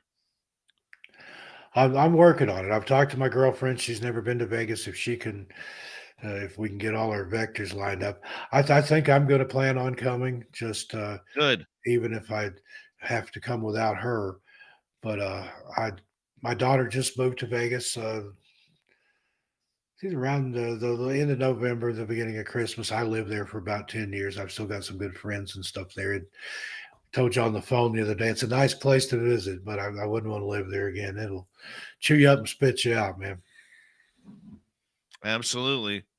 Absolutely. I saw you're going to be at the Golden Nugget down on Fremont Street. That's the fun part of downtown up there, the Fremont Street experience and those older places. Yeah. That was the original Vegas. The Strip didn't happen until the 40s when Bugsy Siegel opened the Flamingo. But that's not far from the Mob Museum. And there's some good tours out there. Of course, you got Zach Bagans' Haunted Museum. And that's new since I moved from there. I've got to go check that out. Yeah, I haven't been there yet. We're going to be we got a great weekend planned for our fans, May 19th through 21st for our second annual fan party. We're going to be starting it off on the Friday night. So everybody who gets the VIP package from us, we have 2 packages, $60 for one if you want to attend and $100 if you want the VIP, which comes with a swag bag and everything. And so we're going to have a VIP get together on the Friday night. And then on Saturday, there's going to be, we got our entire crew coming. So there's going to be like 6 or 7 hours worth of YouTube live broadcast. Oh, we're going to have a bunch of special guests like yourself and a bunch of UFO people and a bunch of cryptid people. And we're trying to build up on the paranormal side a little bit there. And so we're going to have that get together. And then afterwards for people who want, they can head out to a Skywatch outside of town. And so that'll be good. Extraterrestrial highway out there. They've changed that around. When I lived out there, I've been as close as you can get to Area 51. And back then Freedom Ridge was a place to go, but they've annexed that now and made it a part of the complex, and you can't get up there anymore. Freedom Ridge isn't free. How ironic is that? Yeah, no kidding. You got to, the closest you can get now is Tickaboo Peak. Mm-hmm. And so that Saturday is going to be very busy. And then Sunday, a bunch of us are going to get together and play some poker. And other people will be able to do whatever they want. And then, a lot of people will be heading home on the Sunday due to having to work on Monday. But it'll be a great weekend of hanging out, getting autographs and pictures and all sorts of stuff. Sounds fun. Sometime have me on, I'll tell Vegas stories. I had a big time out there, met a lot of celebrities, a lot of strange people out there. It's a cool place. It's a whole different vibe. Might as well be another planet out there. Oh, yeah. Jeremy, I am going to try and get George Knapp. He unfortunately couldn't make it last year due to work on Coast to Coast, but we're trying to get him back. Have you talked to Shannon LeGros from Into the Fray and Beyond the Fray Publishing? She's in Las Vegas, so she's local. Get a hold of her and see. I bet she'd be down. Oh, well, yeah. I mean, the beautiful part about it is everybody's invited. Everybody's invited. We're not saying no to anybody except maybe Justin Trudeau, but that's a different one. That's a different one right there. But yeah, we got 20. Go ahead. We got 20 seconds. I want to say thank you to Deb, T2E, Surf Jer, Jeremy, and Ozzy Sue for the super chats. It's a great way to support what we do on this show on a nightly basis. So thank you very, very much. And yeah, here we go with the next half hour.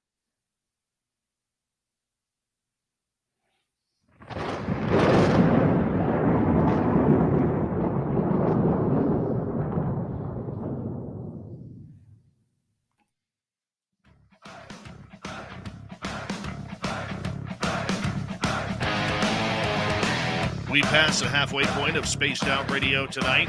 Thank you so much for joining us. My name is Dave Scott. Very much appreciate earning your listening ears. I want to remind you that if you've missed portions of this show or others, check out our free archives by going to youtube.com/Spaced Out Radio. Do old Davey the favor, hit that subscribe button. Our website is spacedoutradio.com. We have a plethora of features for you. Rock out to Bumblefoot, read the Newswire, check out our swag as well. Follow us on Twitter at Spaced Out Radio, Instagram at Spaced Out Radio Show, and on TikTok at Spaced Out Radio. For the final time tonight, Steve Stockton from Missing Persons Mysteries on YouTube is here. And Steve, we say thank you so much for joining us tonight. And, let's look, before we get to some audience questions, 2022, what is your favorite story of strangeness this year? Just in general, or they're having to do with missing people? General. Yeah, let's go in general. Oh man, there's just so many, and I'm into the weird side of things too. That's why my other channel, 13 Past Midnight, is we covered the paranormal over there. I can't think of any one in particular right off the top of my head that I like more than any. I love it all, man. To quote Patton, he's talking about war, but God help me, I do love it so. And trying to think here, that put me on the hot seat on that one. I hadn't planned on that question, but there was I don't know if it was a new thing or not, but covered some a case out here, Chaco Canyon, or not Chaco Canyon, Chokecherry Canyon, which is just a few miles from here where I live. There was a famous or infamous murder there back in the 70s.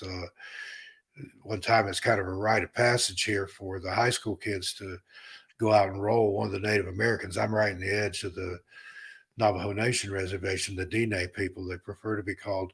And these kids took it a little far with this guy and ended up taking his life. And being Caucasians, they just kind of got a slap on the wrist. And one of the Navajo medicine men, the Diné shaman, said, "Oh no, that's not going to happen." And he put a curse on these three boys, and every one of them, within a short amount of time, died a mysterious paranormal type death. And you have that out here. I'm really looking forward to digging into this area when the weather warms up, because I'm close to a lot of UFO activity. Dulce Base isn't too far. Roswell site, the Aztec crash site is nearby. And then here in Farmington, where I live, one of the most biggest or most infamous big UFO sightings that I'd never heard of. Then Lizzie's husband, Gary, turned me on to it.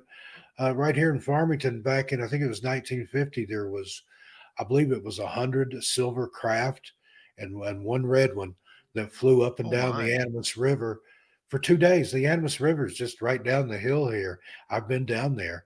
And it's one of those that was a part of Project Blue Book and just kind of got lost in the shuffle and only recently came to light because of FOIAs and stuff. But I'm right here. I can't wait to look into that. But there's shapeshifters out here. There's skinwalkers. I'm close to the Four Corners area. Plan on going to the Superstition Mountains in Arizona.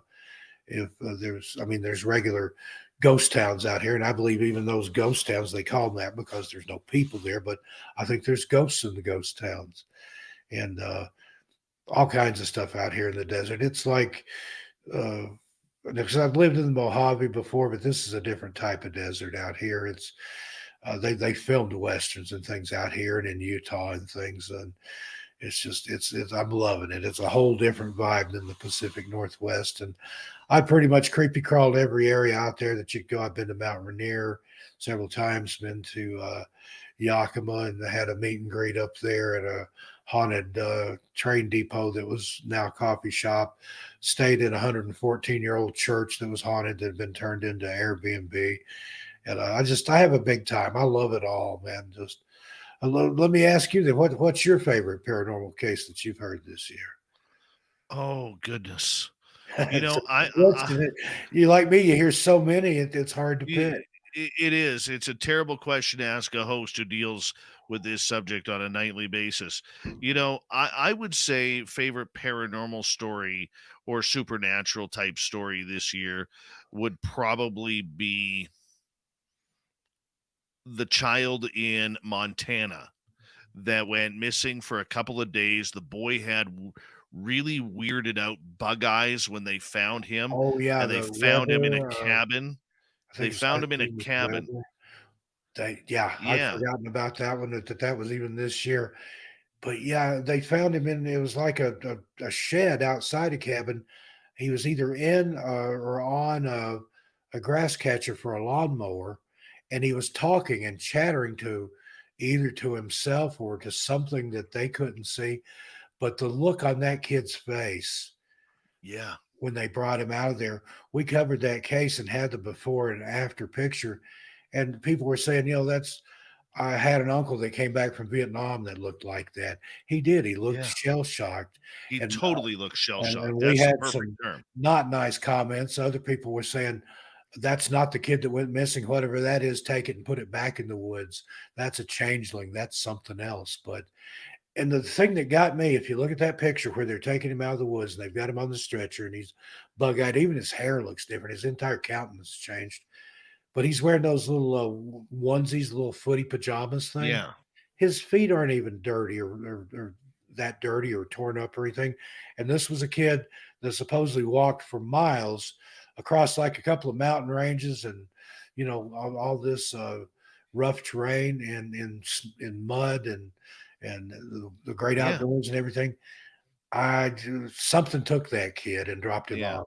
Whether it was a yeah, human that abducted him and then decided, I'm going to get caught, or this isn't worth the trouble, or whether it was a Sasquatch, but that kid has seen some stuff, and that's a nice way of saying it. and once again, that's in an area that is highly populated with mountain lions, highly populated with bears. Okay, that would be coming out of hibernation a little bit earlier because it happened just before springtime, as winter turns to spring. And like Duke says from World Bigfoot Radio in the chat room, he had that 1,000-foot stare. He did. He and absolutely. I'm going to see if and I can find it here you real know quick. yeah, I mean, it was that was just strange. And to me, it reminded me of the case that we talked about earlier down in North Carolina with that young lad who was taken by or kept comfort by a giant teddy bear. I Yeah, mean, we're talking these kids were relatively the same age, same size, and on this boy that was found in Montana, I mean, there was no scratches, there was no markings on him. I mean, the child, considering the weather conditions, should have been weather beaten. He should have been cold. He should have been close to hypothermia, but he wasn't. This is a child that can't make a fire. Maybe smart enough to, when he was in that cabin or that electrical booth to find something to put over him if he was cold. But that's about it, Steve. yeah. I found this here. Let me see if I can get it open to where I can. Riker Webb was the little boy's name. He was That's right. survived Montana wilderness inside shed, 2 miles from home. Survived 2 days alone in the Montana wilderness. 3 years old.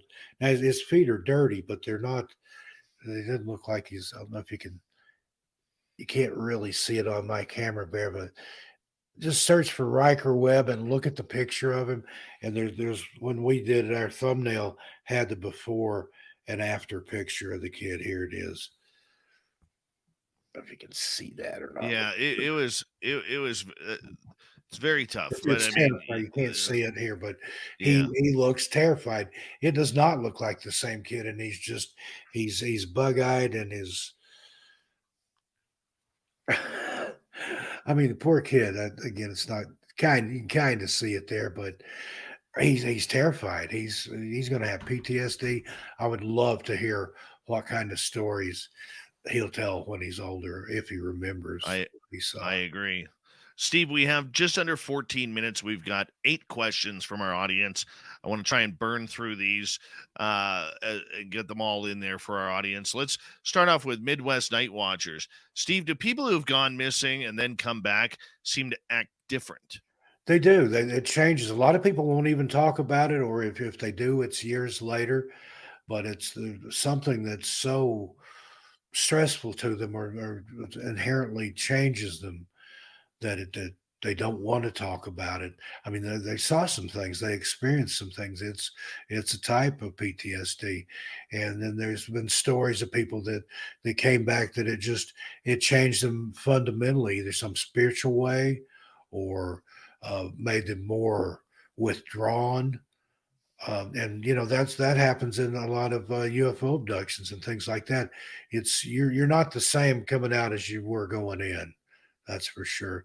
And I've there was only one kid, and I can't remember what his name was. A college age fellow went missing, and even him, he seemed happy go lucky or something, but he was kind of out there anyway. But he had gone missing, been out in the woods, heard voices of people that he recognized calling, people that were still back wherever his home was, and he fell in the river and found some berries and ate them, and just went through this big ordeal. But he talked about how he'd written poetry and love letters to his girlfriend and stuff because he thought he just was going to perish out there. But there's people like that when they come out, they're not so withdrawn. They want to talk about it. They want to spread the news and share, but it's a fundamental change. He's even more gregarious and outgoing than he was when he went in.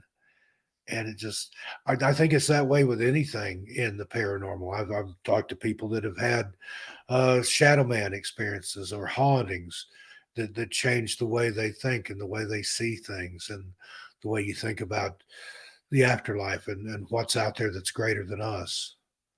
So yeah, that's Very true. a lot of those people do. If they are found, they do act different. Pair of questions from YJ here. Is it possible the silencing of the forest actually happens because there's a time anomaly, but to any other observer, it wouldn't be silent? Yeah, YJ, I fully believe that could be true. That there's some sort of glitch or a shift in time or dimension or something there. And I've even heard other people that have experienced this, describe it as being like in a bubble. Like maybe if they walked out of where this time bubble or whatever it was, there was sound, but if they turned around and went back into whatever this was, even though you couldn't see it, it was still, you could feel it. It was palpable. But once you're inside whatever that is, it's there. So yeah, what is that? I mean, is that a time anomaly? Is it a portal? Is it something natural that we don't understand? I think it's supernatural. I don't think there's anything in nature that does that. But yeah, the time anomaly makes sense. There's cases like that where people have gone missing and seen things that were maybe there years before, or even seen things that apparently will be there in the future. I hear you. All right, let's get to his second question. His second question, Steve, is there any correlation with the forest going silent? Oh, we just had that. I apologize. Let's go to the Doug Shelby. Hey, Steve, Tennessee boy myself. Land between the lakes is whoa. Absolutely. That's Dogman territory. I was supposed to be at that Dogman conference back in August, but I didn't make it out there. And I wasn't going to stay at the venue, which was in Paris, Tennessee. I'd rented a fishing cabin up on the land between the lakes. And there's just something about that area. There's something in those woods. I don't know if you know of Barton Nunley, or if you've ever had him on, he wrote a book called Inhumanoids. And this guy's hardcore. He goes out into that area. He hunts Bigfoot with a sword and a spear. I mean, he's not playing around, but he believes there's something there. And it's another one of those places where it doesn't feel right. And I'm not saying it's a bad feeling. It can be, but it feels different. It feels strange. If you've got any kind of intuitiveness or whatever you want to call it, you feel there's a lot of places like that. Like when I went into Yakult for the first time, I felt that place. Oh yeah, there's a lot at Crater Lake, Midnight Watchers.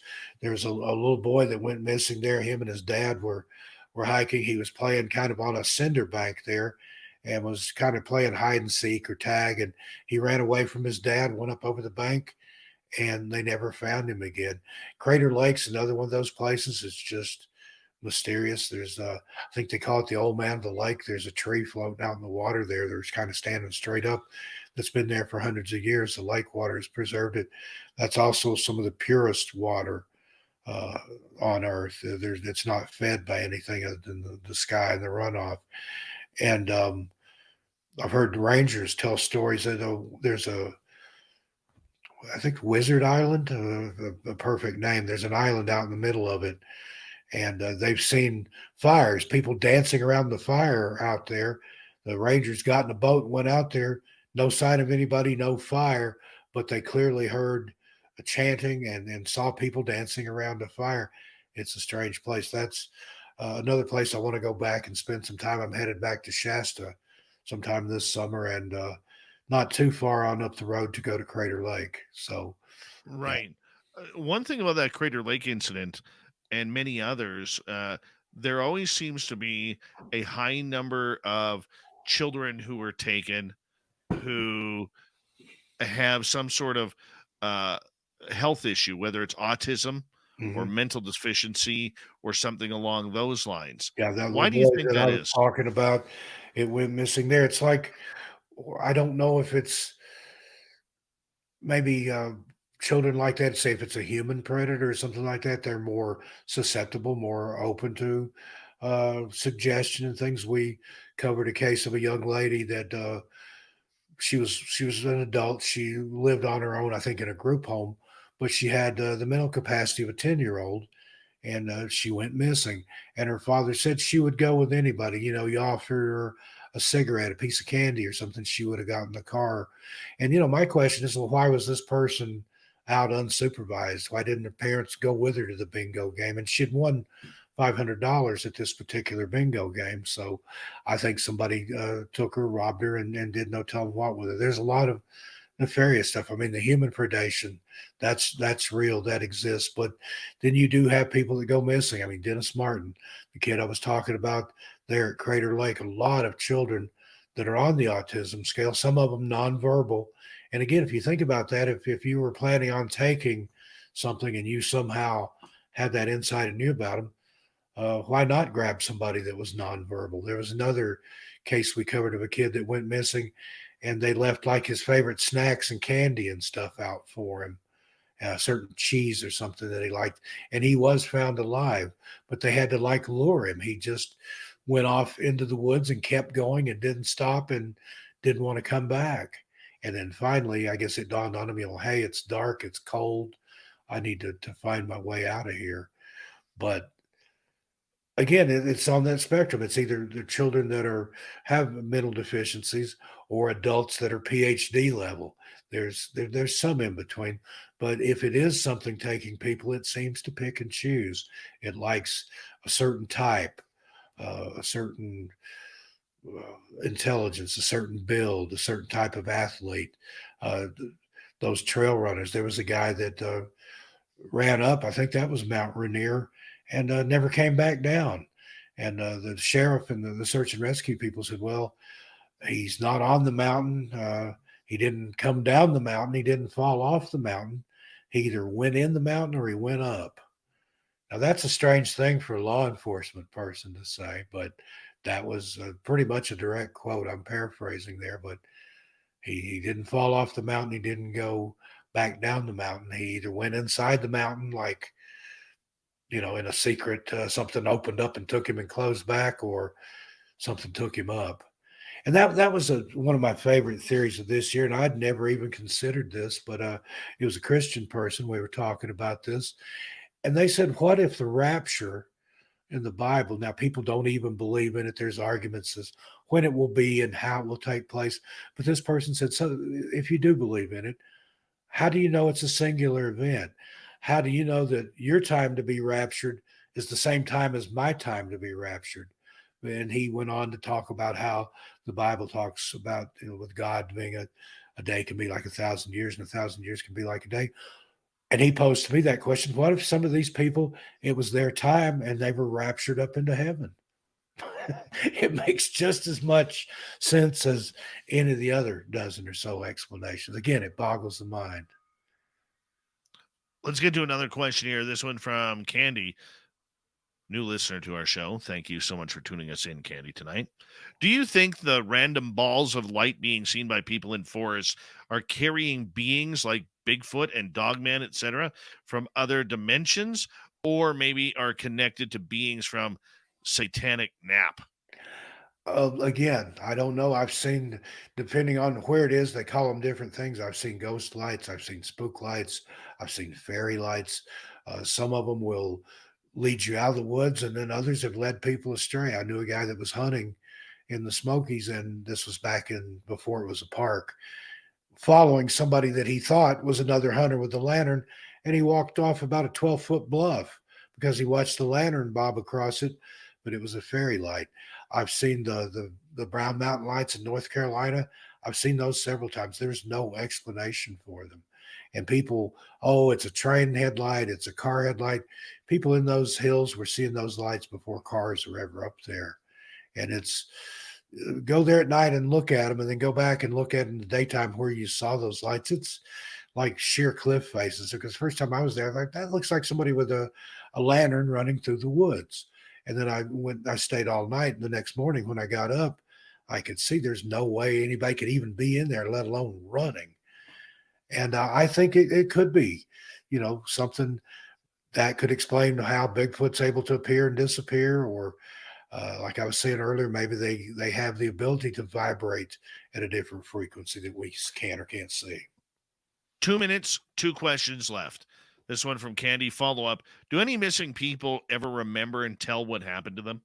Yeah, we get those cases where, again, like they remembered they were in a place where the sun never set, but they were gone maybe 2 or 3 days, where the sun obviously in our time and in where we are rose and set. And then the obverse of that, there was a man who had only been missing a few hours, yet he saw the sun rise and set 2 or 3 times. He thought he'd been missing for days.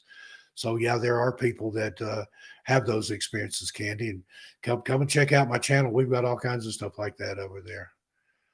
Very true. Final question for you from Mhm. Brown Dwarf. Steve, have you ever investigated a possible changeling case? Other than Riker Webb that we were just talking about there, not to my knowledge, but I've read about some. There's some cases in England, Scotland, Wales, Ireland, those places. It was a real thing back at the time. Like I said, when the Fae was basically a religion to those people, there were stories of changelings and people finding that their baby had been replaced by a hybrid, and that was part of the reason the Fae folk took human babies, was because their bloodline is weak. And then you get off into people comparing it to the Nephilim and all this stuff. But it's if you look at Riker Webb, that kid was different. He changed, that's for sure.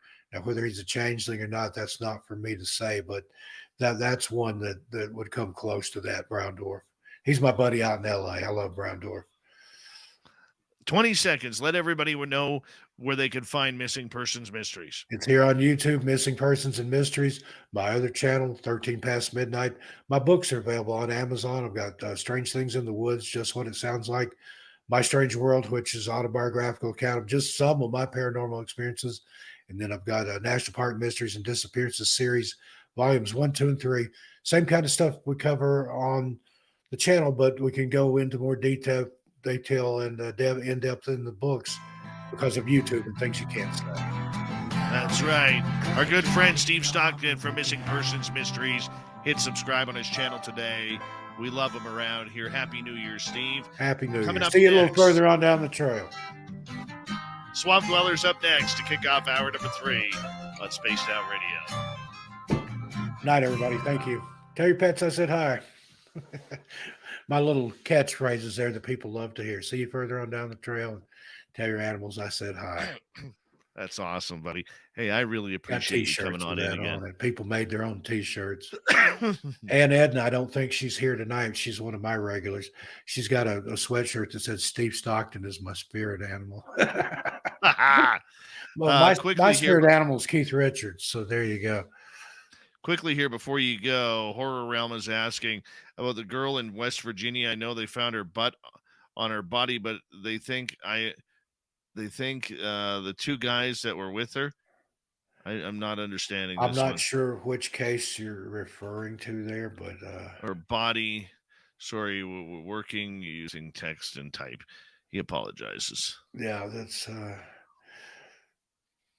that kind of jogs my memory about a case where a girl went missing. The three of them were hiking, and the two guys came back, and that happens like that Bigfoot story. The Albert Osman stories in that one, and then the other one's the guy and the girl that where they went in the woods. He was going to introduce her to Bigfoot, and he claims that Bigfoot took her and ran off with her, but his story never wavered. But again, if you'd done something nefarious, what better cover story to come up with than something so unbelievable and unprovable than Bigfoot did it?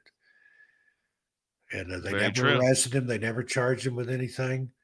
There was no evidence. Whatever he did it well, apparently enough to get away with it. If that's what happened. Now, that's just my opinion. I can't say one way or the other. All right, buddy. We're going to say goodnight to you. Good night, everybody. Thanks, folks, for being here. Appreciate you, my friend. Thank you, Dave. I hope to see you in May in Las Vegas. I hope so, too. Look forward to it. Take care, bud. And I want to say good night to Tiger Lily. Love you, baby. Absolutely. All right. Good night, Thanks. bud. Good night. All right, Steve Stockton, everybody. I will be right back. Get comfy.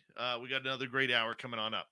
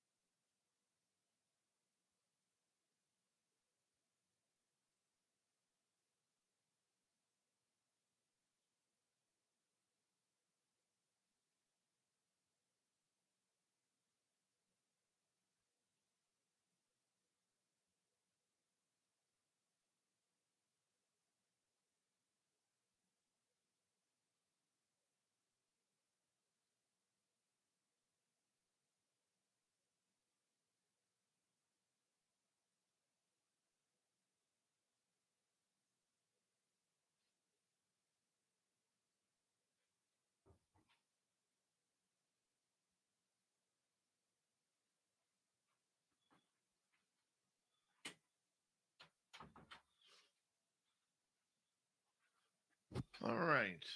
I am back. Terry, I see you. You bring your camera up a little bit because all I got is your chin. There you go. Perfect. Perfect. You look perfect. What a great turnout tonight, everyone. Thank you so much. Fantastic turnout. Very much appreciate it. Want to say a big thank you to My Flock, a hat trick of super chats by Horror Realm, Ozzy Sue, Jeremy, Surf Jer, T2E, and Deb. Thank you so much. It's a great way to support what we do on this show on a nightly basis. So thank you so much. Very much appreciated. Very much. Here we go. Hour number 3.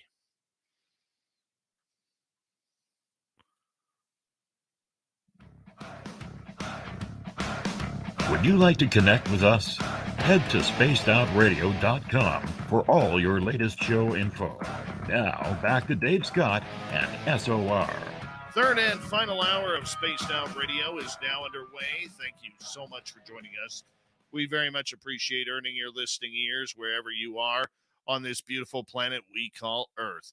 Hello to everyone listening in on our terrestrial affiliates around North America, digitally on Odyssey Radio, TalkStream Live, and KPNL. All of our archives are free. Join us at youtube.com/Spaced Out Radio. Do old Davey the favor, hit that subscribe button. The Desert Clam has set the password for tonight in the S.O.R. Space Travelers Club. What do you got for us, Clam? Tractor. Tractor is your password. Use it wisely, Space Travelers, as the Clam sets the password each and every night right here on Spaced Out Radio. Our website is spacedoutradio.com. We have a plethora of features for you. Rock out to Bumblefoot. Read the Newswire. Check out our swag as well. Follow us on Twitter at Spaced Out Radio, Instagram at Spaced Out Radio Show, and on TikTok at Spaced Out Radio. It is time once again to head to the swamp. Our resident swamp dweller takes us on another spooky journey. Hi, Spaced Out Radio listeners. This is Swamp Dweller. It's time for your nightly dose of spookiness on the show. If you have an interesting encounter or a spooky story that you would like to share, be sure to submit them in at swampdweller.net. You can also find our YouTube channel at youtube.com/swampdwellerreads. Now, let's chill out, relax, and together, let's enter the swamp. Hey, Swamp Dweller. My name is Pam, and I'm from North Mississippi. I have a paranormal story to share for you. It's not the most scary, but it's actually kind of creepy. Sometimes, though, when I think back on it, it gives me a good laugh. Anyway, I used to live beside an old cemetery when I was a child. Some of these graves were from the 1800s, and they were pretty cool. My house was across the street from the cemetery, and my family and I experienced many events during the 12 years we lived there. We witnessed a large orange gaseous ball roll out of the cemetery gates and down the street before dissipating. We did learn that many people would see these strange gases rising from the cemetery. It was scary and weird. Also, when returning from dates, my sister would frequently see a man standing beside our house. But when my father would go out and check, there would never be anyone there, and there was never any sort of footsteps or any sign that somebody had been standing or walking around the house at all. There were also many nights the garage door would shake and rattle to the point that it seemed whoever was trying to get into the house would rip the door off the hinges. Again, my dad would go outside and never see a thing. He'd even try slipping around the back of the house in complete darkness, being super quiet to try to sneak up on anybody who may be there. But when my dad would enter the garage, it would go entirely quiet, and there was never a single soul around. Every night my mom would lay my clothes out for school, but occasionally I'd have one shoe missing. Everything would be precise as my mother left it the night before, except for that one shoe. We would always find it in the most strange of places. We knew none of us would put it in those areas because most of the time none of us could even reach it. But let me get to the funny story, I guess. First, I have to give you a bit of setup.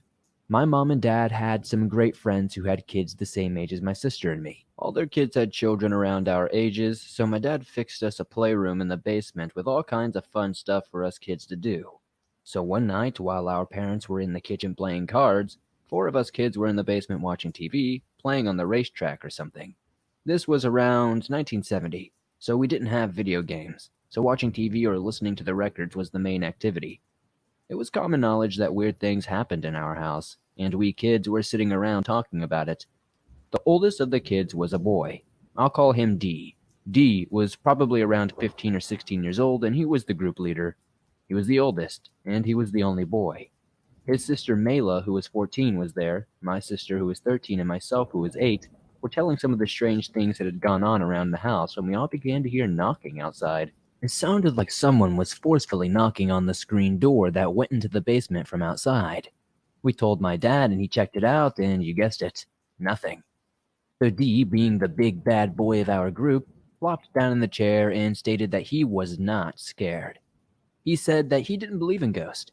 He then uttered taunting words as if he was speaking to a spirit. But what he said wasn't very nice.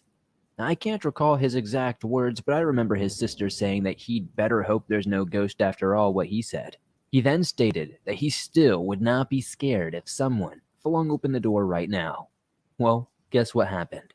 About 2 seconds after, both the basement door and the door to the house flung open at the same time.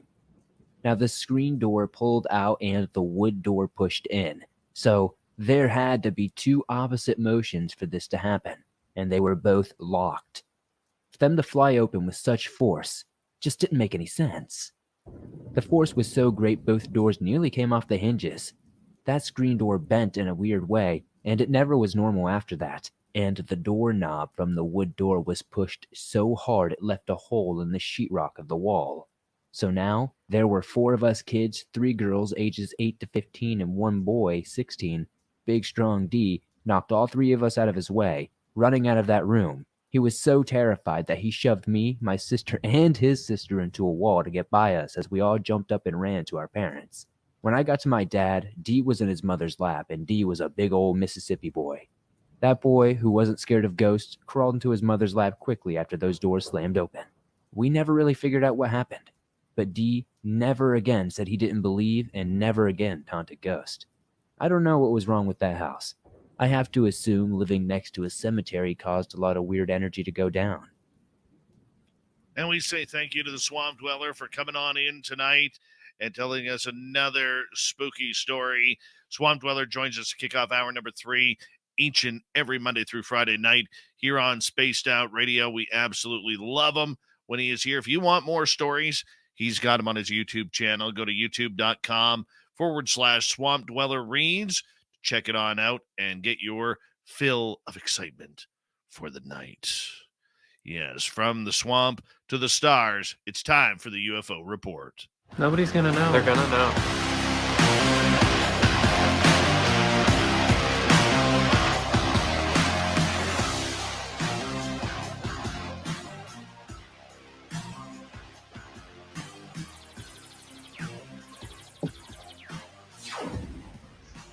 Filling in for an injured and ailing little Timmy Senor, who we call the Timbit around here, Terry Hall rejoins us for tonight. And Terry, your hair is looking immaculate, your mustache is looking fantastic, and your chin hair is very Elizondo-ish, and we absolutely love you here, man. How you doing?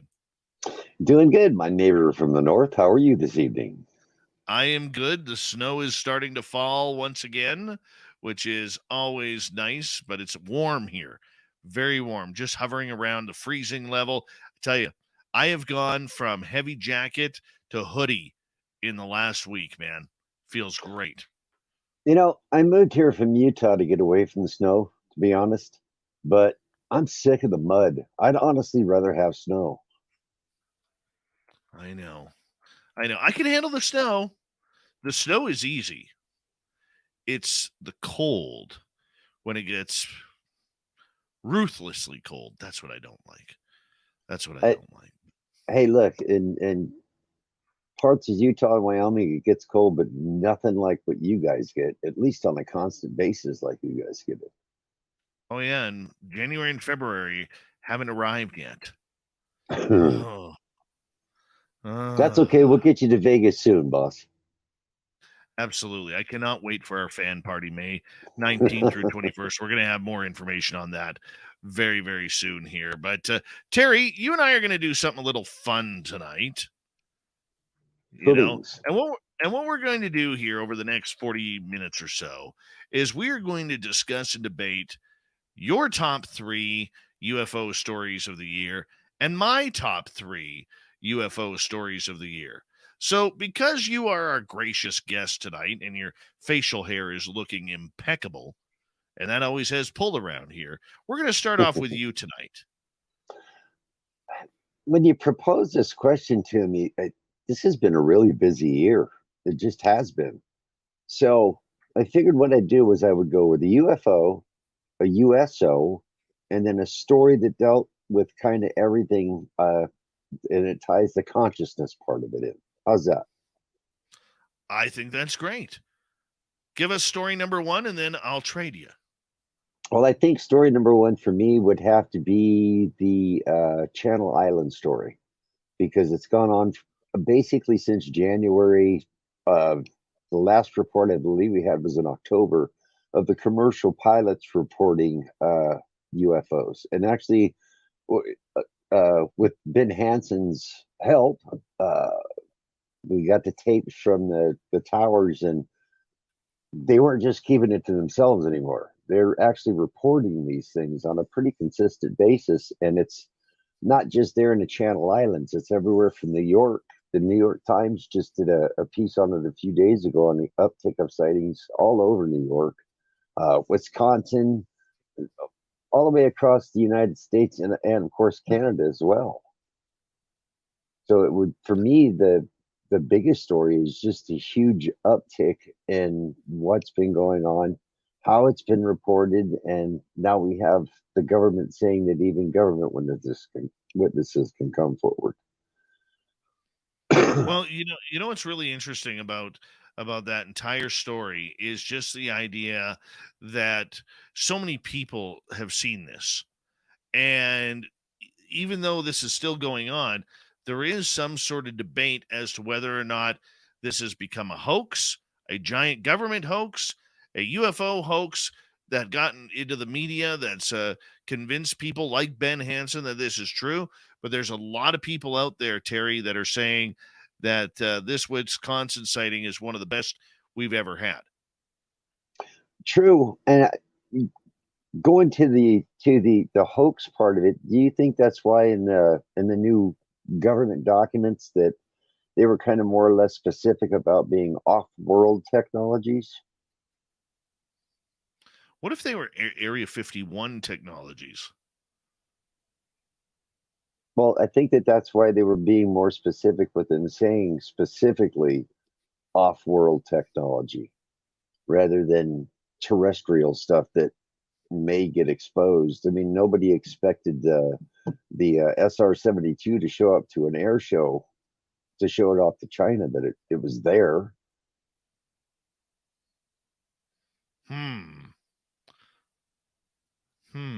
See, I'm just not sure, man.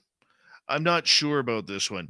You know, I've been watching, I'm in a private group with Ben Hansen on Facebook, and I've been watching him chat about this same topic in there, and he seems very dumbfounded by this story and the eyewitnesses that he has talked to. I mean, they don't know what the hell was in the sky. That is for sure.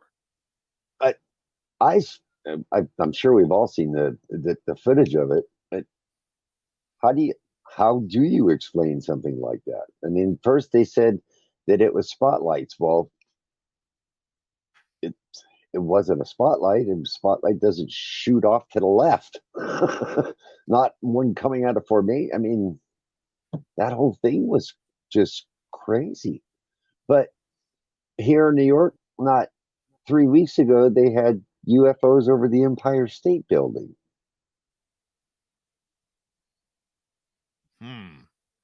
Well, I don't know, man. I don't know. And sometimes I don't know is the best answer that we can have. I'm going to move on to my number one story of this year, and I'm going to call it the embarrassment of NASA. And for the last couple of months, people have heard me jumping on the back of NASA, wanting to put them in an old Iron Sheik camel clutch and make them tap out because it's just getting ridiculous with what is going on. Now, for history reference, this all started back late spring, early summer, where the executive director of NASA, former astronaut, and I believe former Senator Bill Nelson, took over the position. And during one of his first press conferences that he had, out of nowhere, he starts talking about UFOs and the fact that he believes we are not alone, and that he has talked to numerous Navy pilots who have had encounters with UFOs, and he's read hundreds of reports of this and says NASA needs to start digging in and looking into this. Now, my criticism of this is during his speeches when he has brought this up, never once has he mentioned that he runs NASA and that he needs to open the closet doors of his own organization to figure out what is going on. We have had numerous astronauts since the Gemini program kicked things off in the early 60s who have come out and stated that they had interesting encounters up in the stars. And there's also been recordings at almost every rocket ship that has flown from NASA, including the shuttle missions, right up till Elon Musk recently stating that there are anomalies following our rockets when they go into the stars. And for Bill Nelson not to open up about this and to not even bring NASA up and then wasting $100,000 to hire a bunch of scientists from universities to investigate UFOs, I think this is a collective slap right across the face of people of this world. And it really, really picks my hiney, and that's picking in deep because I got a big ass. Okay. It really bugs me, man, that not a single person in the media has ever asked Bill Nelson, where's the NASA files? Where's the reports of your astronauts? From Neil Armstrong to John Glenn to McDivitt to Cooper to dozens of others who've seen things. This is where I have a problem. Well, stop and think for a second. From Cooper, who was the first man in orbit, basically, and stating that during his flight, on the flight recorder, stating that there was things around the capsule, to, let's say, to Armstrong and the Apollo program. Well, Armstrong and Aldrin have both stated that something followed them to the moon. But they've also stated that we were smart enough, quote unquote, not to call Houston and say, hey, there's something following us. So by the time, in between Cooper and the Apollo program, it was already known that you don't mention this. It's also been rumored that when they're talking about seeing Santa on the moon, well, Santa was supposed to be code for the others are up here and they're watching us. And then, of course, there's always been the rumor and supposed witness testimony about the, let's just call it the airbrush room at NASA, where they airbrush the pictures and remove the things that they don't want us to see. So it could be that it was just his attempt with spending $100,000 and we'll just say breaking the fourth wall to break through that finally. and have it exposed. They just don't know how to do it. Kind of sort of what Tom DeLonge said was his approach was to make the government the hero rather than making them the villain. So I understand you being upset with NASA, but being upset with the personnel with the alphabet agencies that are also running NASA is, I can see him being between a rock and a hard place and not knowing exactly what to do. So just kind of throwing that against the wall to see if it sticks. Well, I understand that, but you know what? I'm also of the notion that you don't open your mouth unless you know what's behind you. Okay? Especially when you run an organization like NASA. And for him, who runs the biggest space agency in the world, to sit there and not even bring up the fact that NASA astronauts have had encounters, it's hypocritical. It's condescending. If I was a politician in the United States who had an interest in this subject, like Gillibrand or Rubio or many others, I would be asking that question. Bill, you're talking about aliens. What does NASA know? And don't give me the politically correct statement, we know nothing. Because we could subpoena numerous astronauts to let us know what they saw. We can do that, whether it's publicly or behind closed doors. Story NASA Musgrave, there's another one. Very true. And NASA always hasn't had a great bedside manner either. You're talking about humiliation. Can you imagine what the first astronauts felt like when they found out a chimp was going into space? That couldn't have been great. So I don't know, Terry. I think you're right. I think you're right, though. That was almost like speaking out of turn. It was a slap in the face. It doesn't really matter how you look at it. Oh, totally. Totally. Everybody involved in this field. Okay. And here's another one, ladies and gentlemen, I want you to realize on how much of a narrative is being played here. Why hasn't Chris Mellon or Lou Elizondo spoken up for NASA, saying, hey, they have been critical about the U.S. government. They've been critical about the United States Navy. They've been critical about what the government is holding regarding crash retrievals and potential ET contact, Terry. Why haven't some of these bigger names spoken up and said, hey, NASA, hey, Bill Nelson, why don't you tell us what you know? Why don't you tell us what your organization is hiding? They've called out everybody else. Why not call out the big dogs with this?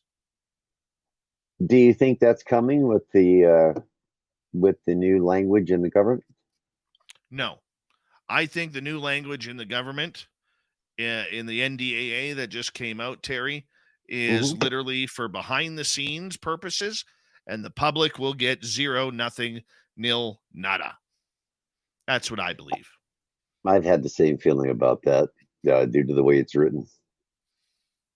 I had one person come up to me. We got 20 seconds left. I had one of my sources come up to me recently and say, Dave, I didn't want to believe that you were right,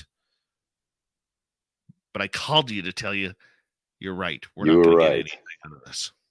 Yeah. You know? Yeah. So, Terry, I'm going to get you to hold on right there because we are going to go to break here at the bottom of the hour. We got 30 minutes left on Spaced Out Radio.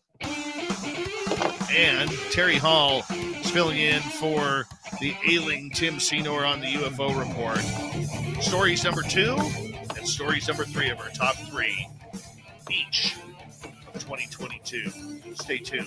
Spaced Out Radio continues right after this. Yeah, it's a bummer for me with NASA because I was one of those kids. I was old enough to be sitting in front of the TV when we landed on the moon. That, you know, astronauts are always my heroes, and NASA was always just something out there for me. And I don't know. like I said, it's a slap in the face. Absolutely.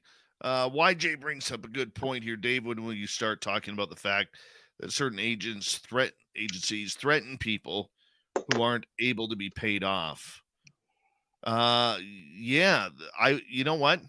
YJ, probably the reason why I haven't talked about that is because all I've heard is rumors about that. And when you're in a position like mine, you got to be very, very careful to get things confirmed before you kind of throw it out there. Like the stuff that I'm talking about, like with NASA, that's all public information. Stuff I've learned from other sources, I try and bring to you. So it is about it's a very, very slick road that you have to take. It's hard to vet that kind of information too, and where you got to look when you're vetting that kind of information can get you in trouble. Oh yeah. I'm not so worried about the getting in trouble. I just want to try and be as factual as possible to our audience. You know what I'm saying? Like there's a lot of people in this field who have no problem over speaking on a number of different topics that can get highly controversial and highly conspiratorial. Now, I'm not saying it isn't happening because, like you, YJ, and others, I've heard those stories. I've heard them. And, but there's a difference between hearing them and finding out actual facts about them. And I have to be careful with that, with S.O.R. being a business, because if I throw out something that isn't factual, I could get the company in trouble. And I don't want to be doing that either because I don't need to. And I like my business partner. And, so there's a number of different ways. But I do believe, and trust me, I'm not, YJ, I'm not saying that you're wrong, dude. I'm not saying that you're wrong. Okay. All I'm saying is, as a show, unless I have strong proof where somebody has come up to me, one of my sources has come up to me and said, hey, by the way, did you know that scientist Jane Doe was studying alien abductions and about to go public with her research before she ate a plate of spaghetti at a restaurant in New York and dropped dead right there? Like, I have to be very careful with stuff like that. So, but YJ, I agree with you. I've seen those stories, but I personally have not had anybody come up to me to confirm that. And that's the slippery slope in the game we play. Hi, Derek Ning. And once again, YJ, I'm not saying you're wrong. I'm not saying you're wrong at all. Okay? And I think there is something to that. I just have to be careful. Not for my own safety, but just for factual evidence. Data Derivations, how are you? Good to see you. That's what makes you the best journalist in the field, Dave. Well, there's better than me out there. There is. Once I can do this, see, here's the thing, people. And I've said this to Terry. Once I'm able to concentrate and do this job full time and not have to worry about a daytime job that pays my bills, pays my mortgage, okay, then it's a whole different game. Then you're going to see a giant shift on this show because literally during the day, I am going to be on the phone all day. Yep. I'm going to be talking to people, talking to sources. None of this texting bullshit, okay? None of this, quick hit Facebook Messenger group. I want to be on the telephone with people saying, hey, let's trade some information here. Tell me what you got. I'm hearing the A. Are you hearing A or are you hearing B? Right? But you're in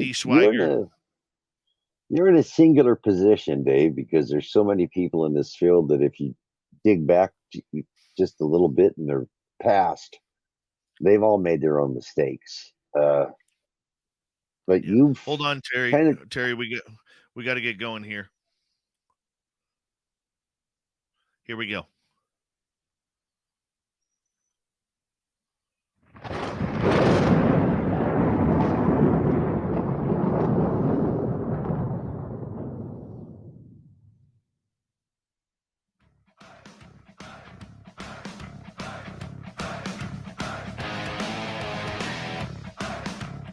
We've rounded third. We're heading for home tonight on Spaced Out Radio. Good to have you with us. My name is Dave Scott. Very much appreciate earning your listening ears. Want to remind you that if you missed most of this show or others, check out our free archives at youtube.com/Spaced Out Radio.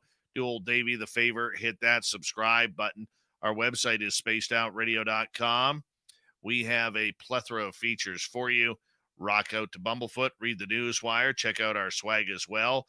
Follow us on Twitter at Spaced Out Radio, Instagram at Spaced Out Radio Show, and on TikTok at Spaced Out Radio. We continue on tonight with the top 3 stories that both Terry Hall and myself have for 2022 in the UFO world. Terry's filling in for Tim Senor, who is ailing tonight after getting a bed bug biting off his face, literally.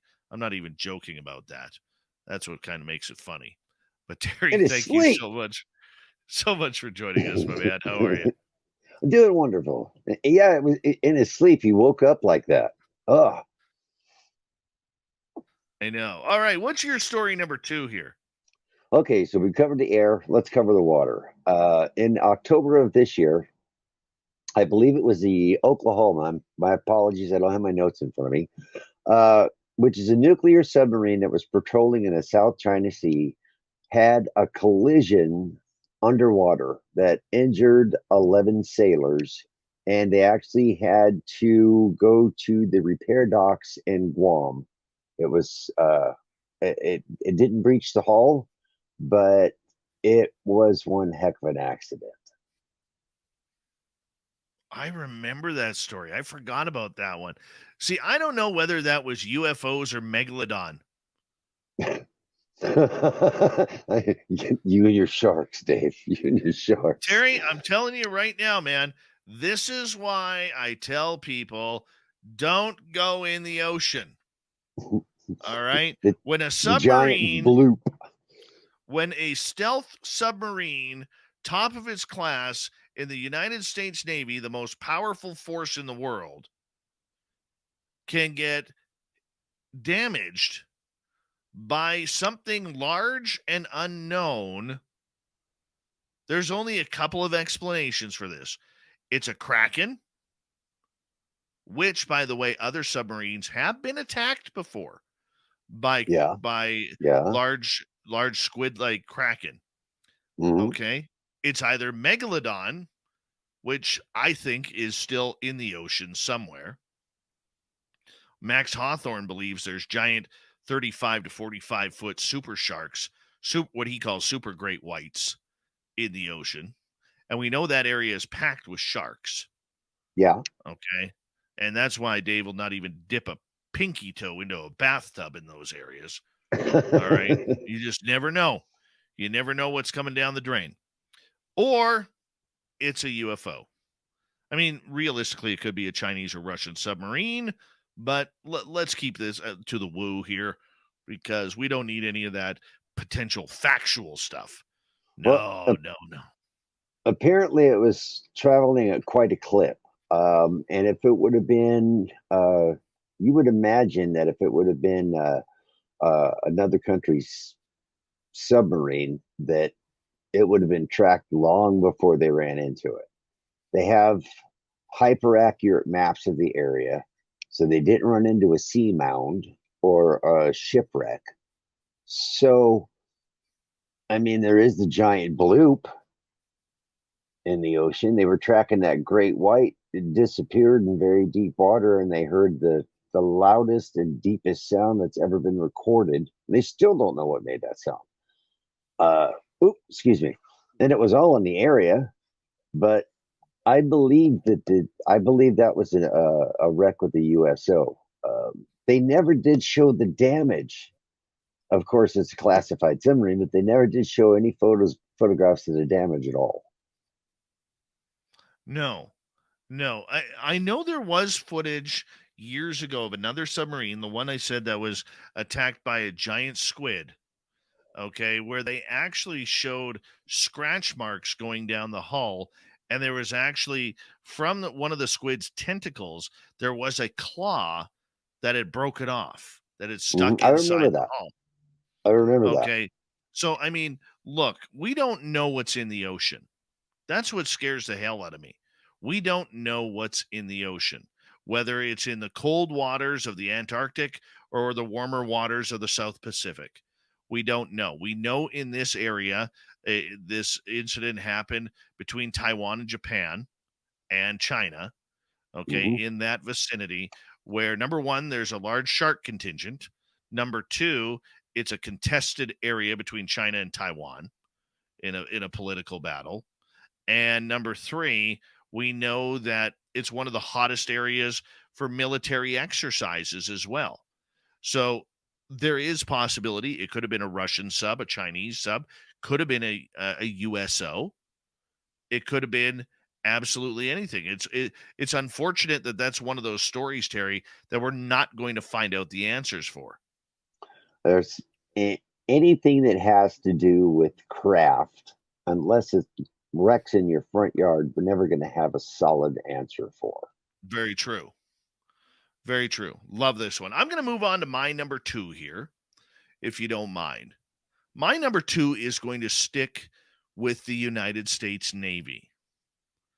Okay, because I think this year when the United States Navy came out right before the congressional hearings, or right after the congressional hearings, when there was rumors there was going to be a second congressional hearing, they were very proactive.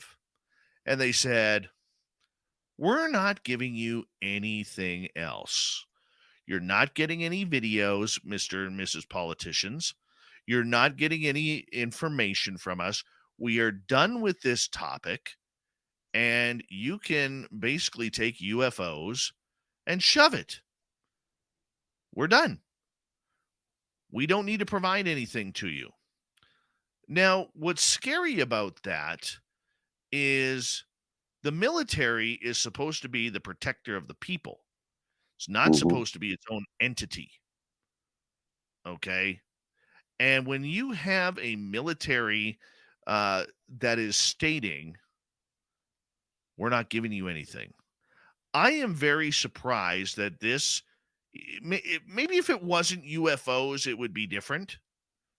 But I'm very surprised that the president or the Congress people didn't call for the head of the Joint Chiefs of Staff to fire the head of the Navy. Why didn't they fire him for basically telling the American people to screw it? Because I think the Navy got tired of being the Navy to the rescue as far as the UFO, whole UFO deal was concerned. You were looking at the Navy to their aviators, and the Navy are sailors. I think it was the Navy's attempt to get the Air Force to become proactive in this, because they should be, and they haven't been. Maybe they overstepped it and said, we're not giving you anything, which I don't agree with. I'm like you. I come from a military family. My family served our country. There were secrets that all of them kept, but they were more secrets about things that go boom rather than things that go zip across the sky. And for them to completely shut everything out, of course, just like you said, it's wrong. I was really surprised when I heard that, and honestly angry when I heard that. You should have been. Every American should have been. Here's the other thing that we have to remember, Terry. Okay, this is something that's 5 years in the making. When Lou Elizondo and Chris Mellon joined the Stars Academy, and they presented the 3 videos of UFOs. Elizondo had to sign off on those under the direction of Chris Mellon. He had to sign off on those videos as drones, because if he would have labeled them as UFOs or UAP, whatever you want to call them, they would have been put in the top secret list, those videos. Yeah. Okay. Or Now, for congressional, like congressional use only type thing. But here's the other slap in the face about that. The To the Stars Academy put their logo on United States Navy property. So when those videos hit the media, you didn't see property of the U.S. Navy. You saw property of this To the Stars Academy of Arts and Science. That's theft. That is theft. Okay? No matter how you look at it, it's theft. And then we also heard after that Elizondo and Mellon were hauled in and almost got their top secret clearance taken away because of that rogue move. But here we go with the Navy, because those videos put the Navy on the hot seat. The whole 2004 incident with the USS Nimitz. And I think what happened is the Navy finally said, screw you guys. We are done. We are done. And in one way, I don't blame them. But in another way, if I was American, I would be calling my congressperson and saying, how do you let the United States Navy talk to you that way? They work for us. We don't work for the military-industrial complex. They work for us. Well, that's not what it feels like down here in the United States, Dave. I hear you there. Hey, the military-industrial complex was smart. They don't build an aircraft or a ship all in one city. They parse out the parts to every state. So when the Navy or the Air Force says, oh, you want to cut our budget? Well, maybe we'll have to pull that plant, Mr. Congressman, out of your state and move it somewhere else. That's actually what happened with the Abrams tank. It's a very outdated platform. They said they don't need to build it anymore. However, if they cut production, it would shut 5 different cities down. Yeah. And so they keep building them. Absolutely. All right, your third and final story here, my man.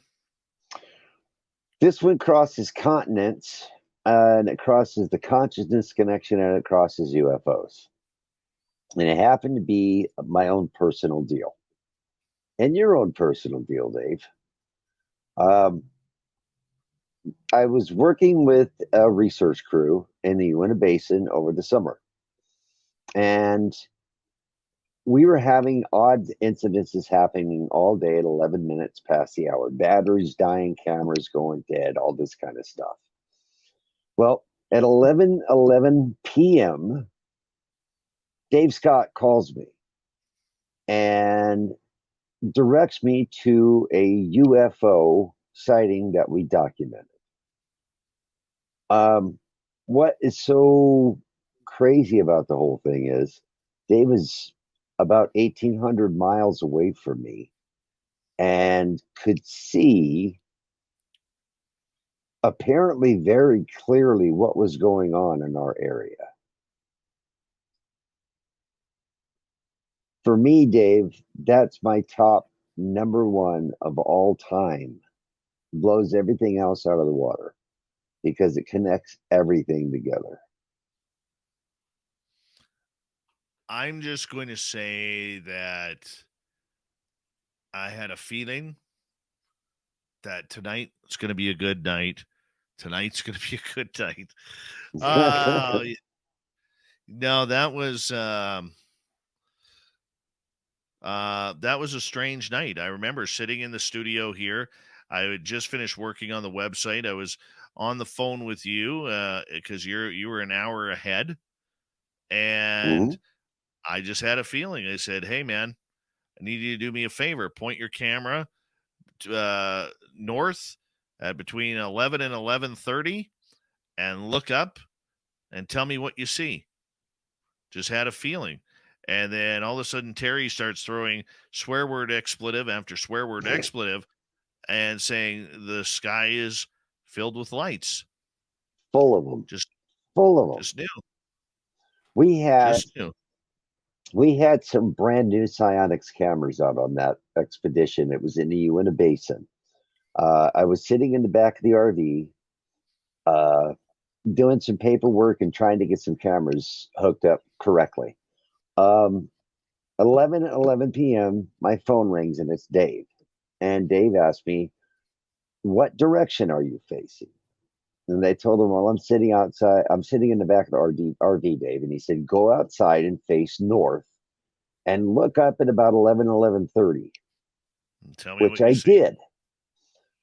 I turned the psionics on and I pointed up at where Dave directed me to go, and there was two binary pairs I thought originally were a binary pair of stars.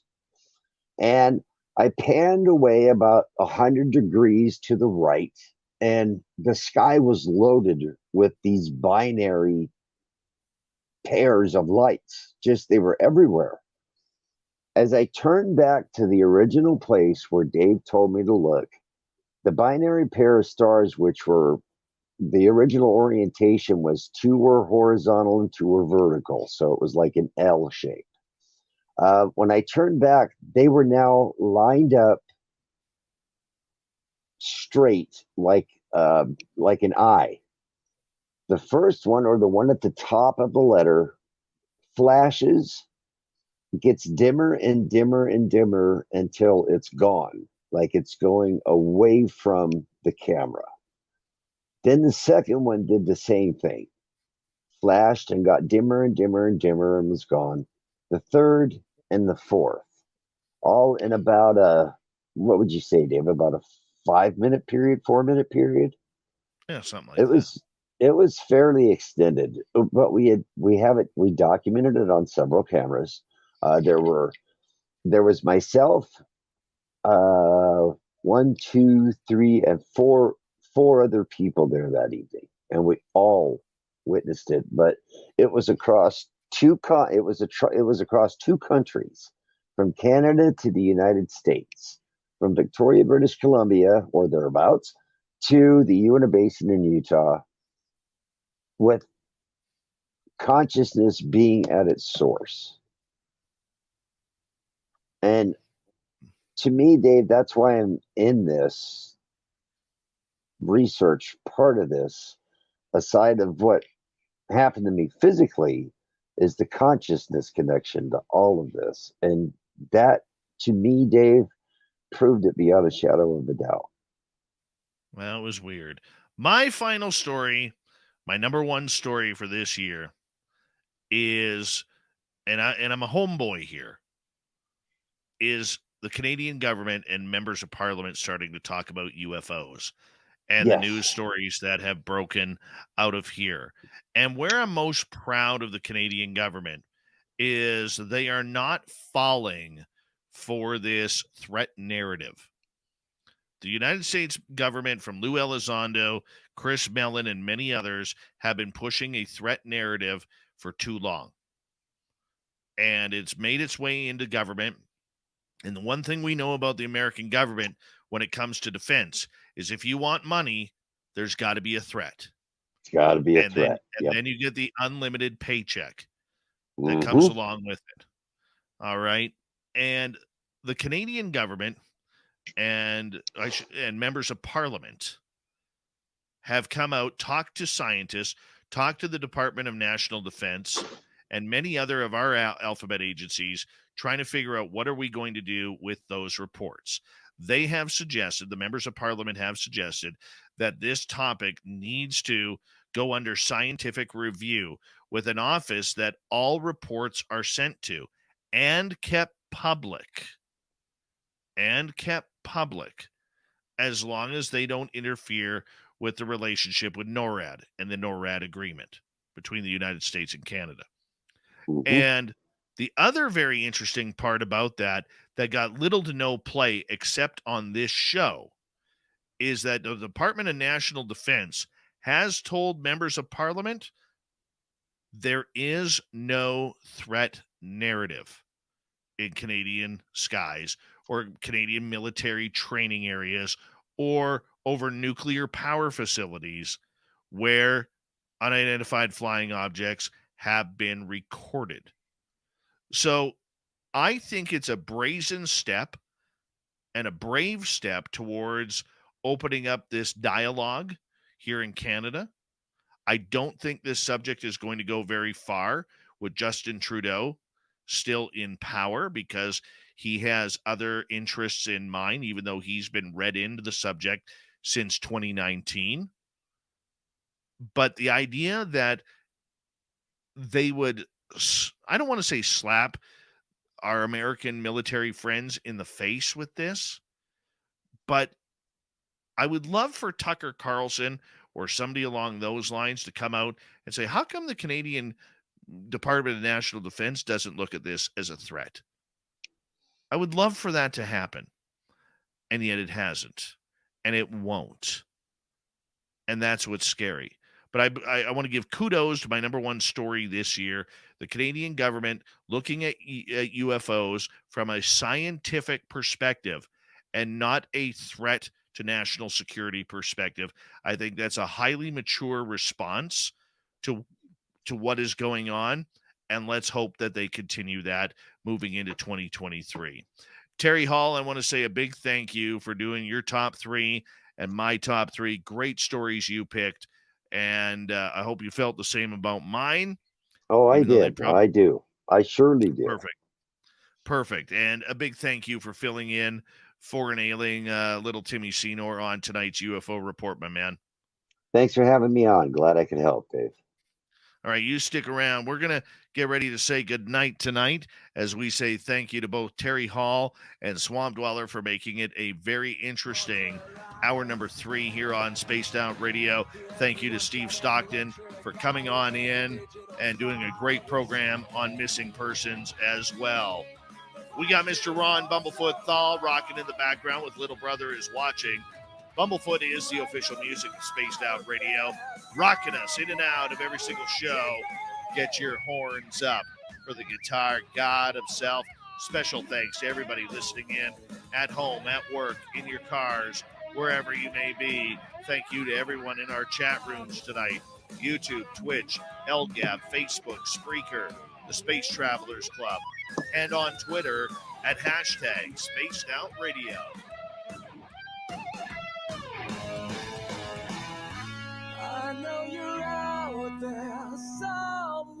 Remember, this show is copyright by Spaced Out Radio and S.O.R. Media Ventures Limited.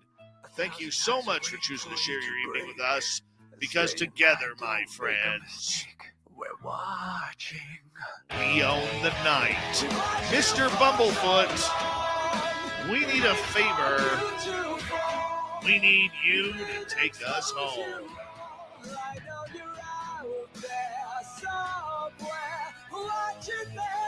Yes, the Woo train has docked for the night. But soon, my friends, we shall ride again. Your seats are always available. Your tickets never expire. And if you want to bring a friend, we have room for them too. Good night.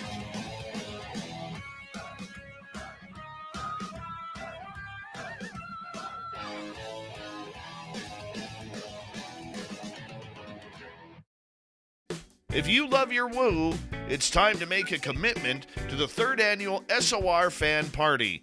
This time, we're heading to Reno, Nevada, and the Silver Legacy Casino and Resort, May 10th through 12th, 2024. Tickets are $60 or $100 for VIP. With that, you get a free radio show. You get to hang out with celebrity guests from Spaced Out Radio, including our team, who are coming to hang out with you. You get to meet the entire team, like Science Bob, Merle, Melinda Leslie, Geraldina Roscoe, and more. It's a weekend packed with adventure, and we want you there. After all, we're doing this for you. Find out more and get your tickets at info@spacedoutradio.com and book your hotels today at the Silver Legacy Casino and Resort in Reno, Nevada. Come join us for the S.O.R. Fan Party, May 10th through 12th, 2024. Hey everyone, guess what? We do not have ugly swag. We have Spaced Out Radio gear that you're going to want to wear. Why? Because no one wants to wear ugly clothing. So head on over to spacedoutradio.com and go shopping today. You'll be glad you did.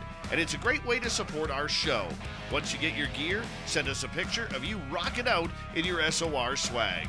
spacedoutradio.com. Shop there today and make yourself look good.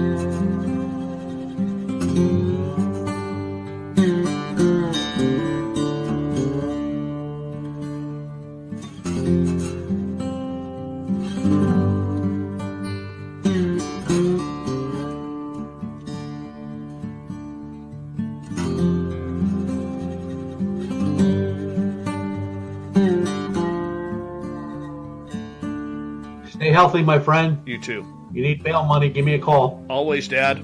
Take care. You too.